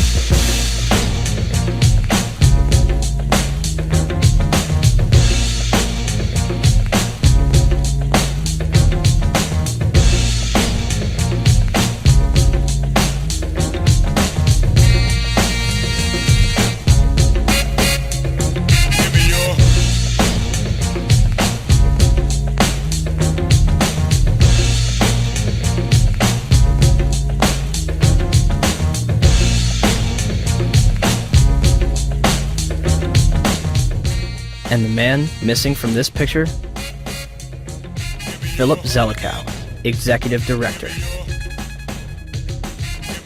He would shape both the commission and its final report.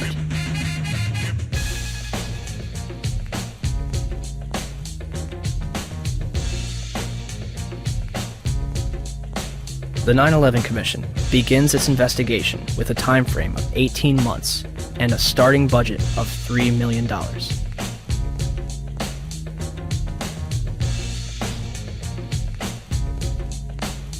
January 27, 2003. The 9/11 Commission holds its first hearing in Washington, D.C. Vice Chairman Lee Hamilton will claim a few days later, "We're not interested in trying to assess blame. We do not consider that part of the Commission's responsibility." March 26, 2003.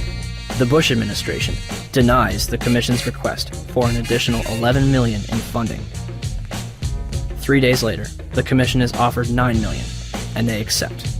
In April 2004, President Bush agrees to testify before the 9/11 Commission, but only if Vice President Dick Cheney joins in. Why did they insist on appearing together? The 9/11 Commission wants to ask us questions. That's why we're meeting, and I look forward to meeting with them and answering their questions. I was asking why you're appearing together rather than separately, which was their request.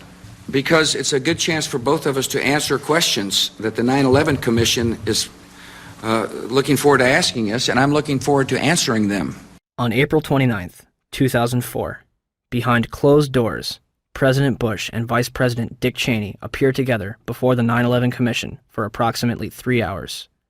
They are not placed under oath, their testimony is not recorded, and the Commission's notes are subject to White House censorship.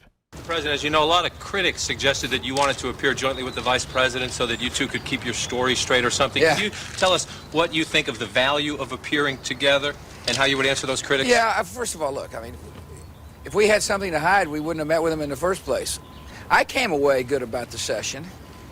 I think they found it to be useful. Yeah, Adam. Mr. President, Yes. don't you think that the families deserve to have a transcript or to be able to see what Adam, you you said? asked me that question yesterday. For an I answer got the today. same answer, yeah. May 19, 2004, Rudolph Giuliani testifies before the 9/11 Commission. We will now hear from our first witness, very distinguished former mayor of New York City, Rudy Giuliani. Mayor Giuliani, would you please rise and raise your right hand so I can place you under oath? And the fact that so many of them interpreted it that way kept a much calmer situation and a much better evacuation. These people.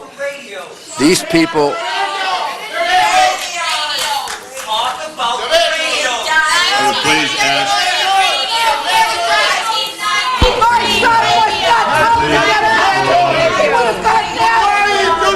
My son was murdered!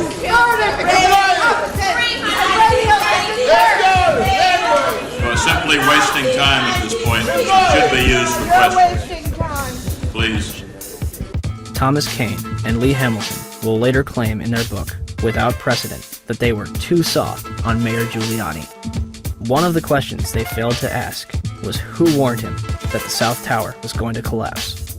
Mr. Mayor, can you hear me? I can, Peter. Are you talking about did you go immediately to the Office of Emergency Management? I went down to the scene and we set up headquarters at 75 Barclay Street, which was right there with the police commissioner, the fire commissioner, and we were operating out of there when we were told that the World Trade Center was going to collapse. And it did collapse before we could actually get out of the building.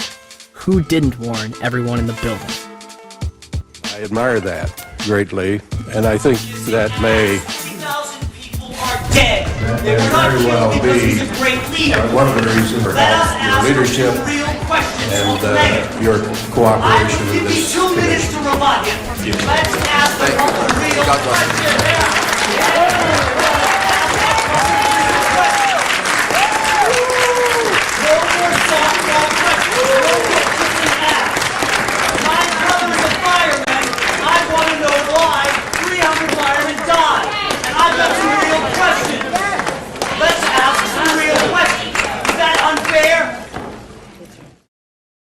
The 9/11 Commission would release its final report on July 22, 2004, and closed its doors on August 21st.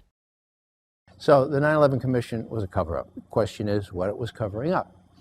The charitable explanation is gross negligence, malfeasance, misfeasance, and what you call it, okay?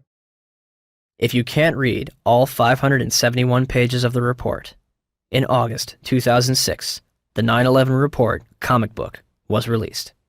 It should tell you all you need to know.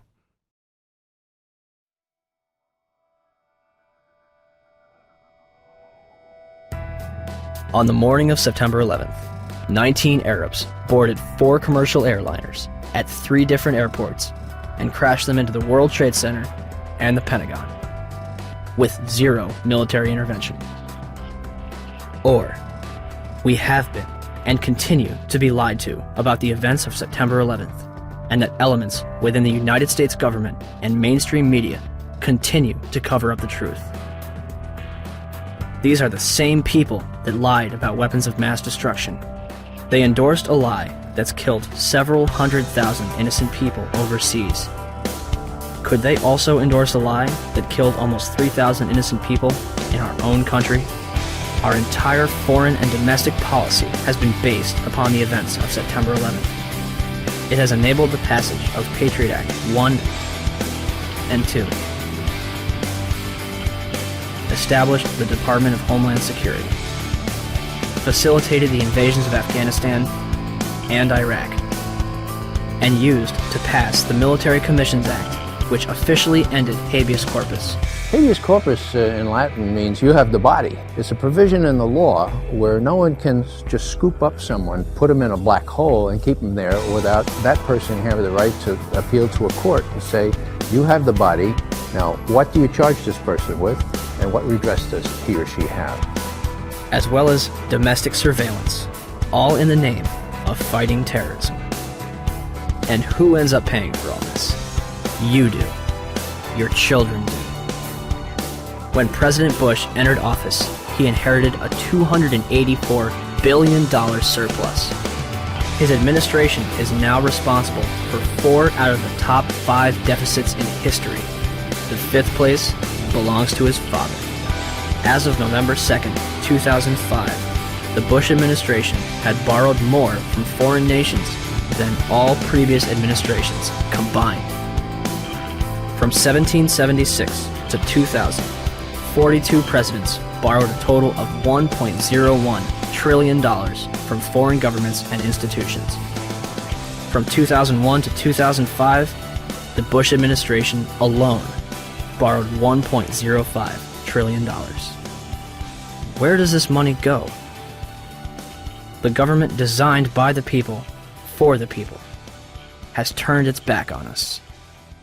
Or have we turned our backs on it? They spy on us.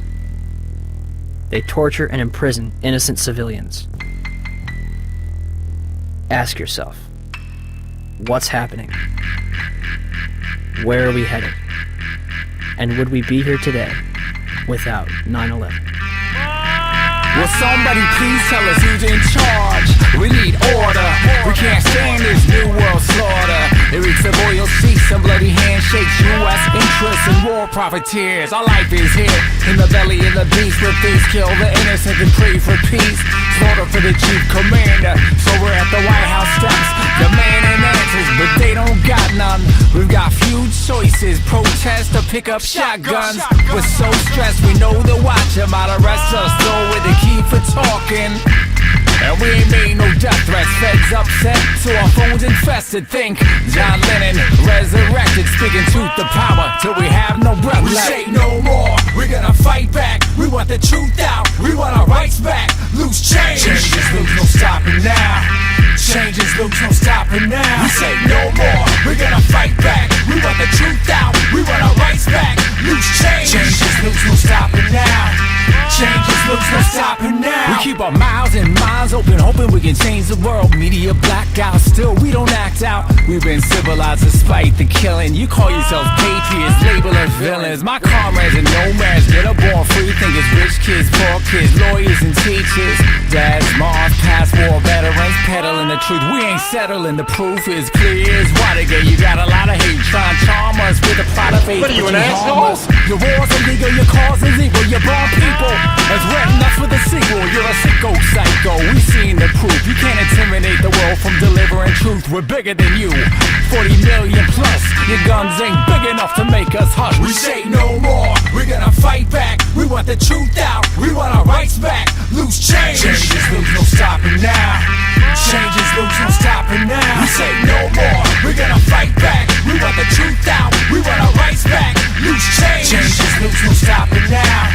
Changes loose, no stopping now. We do this for the lives lost, devoured by evil, for the sake of the memory of innocent people, engulfed by the gluttony of hooligans who leave the world in ruins. Men here to do us in, but there's just a few of them and more of us. We warriors on the quest for justice. We crush the lies, trust only the facts. Just open your eyes. Who really attacked my feelings exactly? Facts be lacking on the hijacking, synchronized war games, facilitated plane crashes.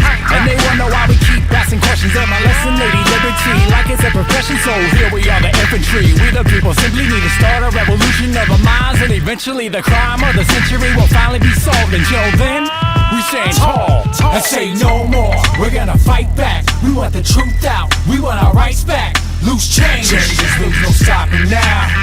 Changes loose, no stopping now. We say no more, we're gonna fight back. We want the truth out, we want our rights back. Loose change, changes loose, no stopping now. Changes loose, no stopping now. Remember this.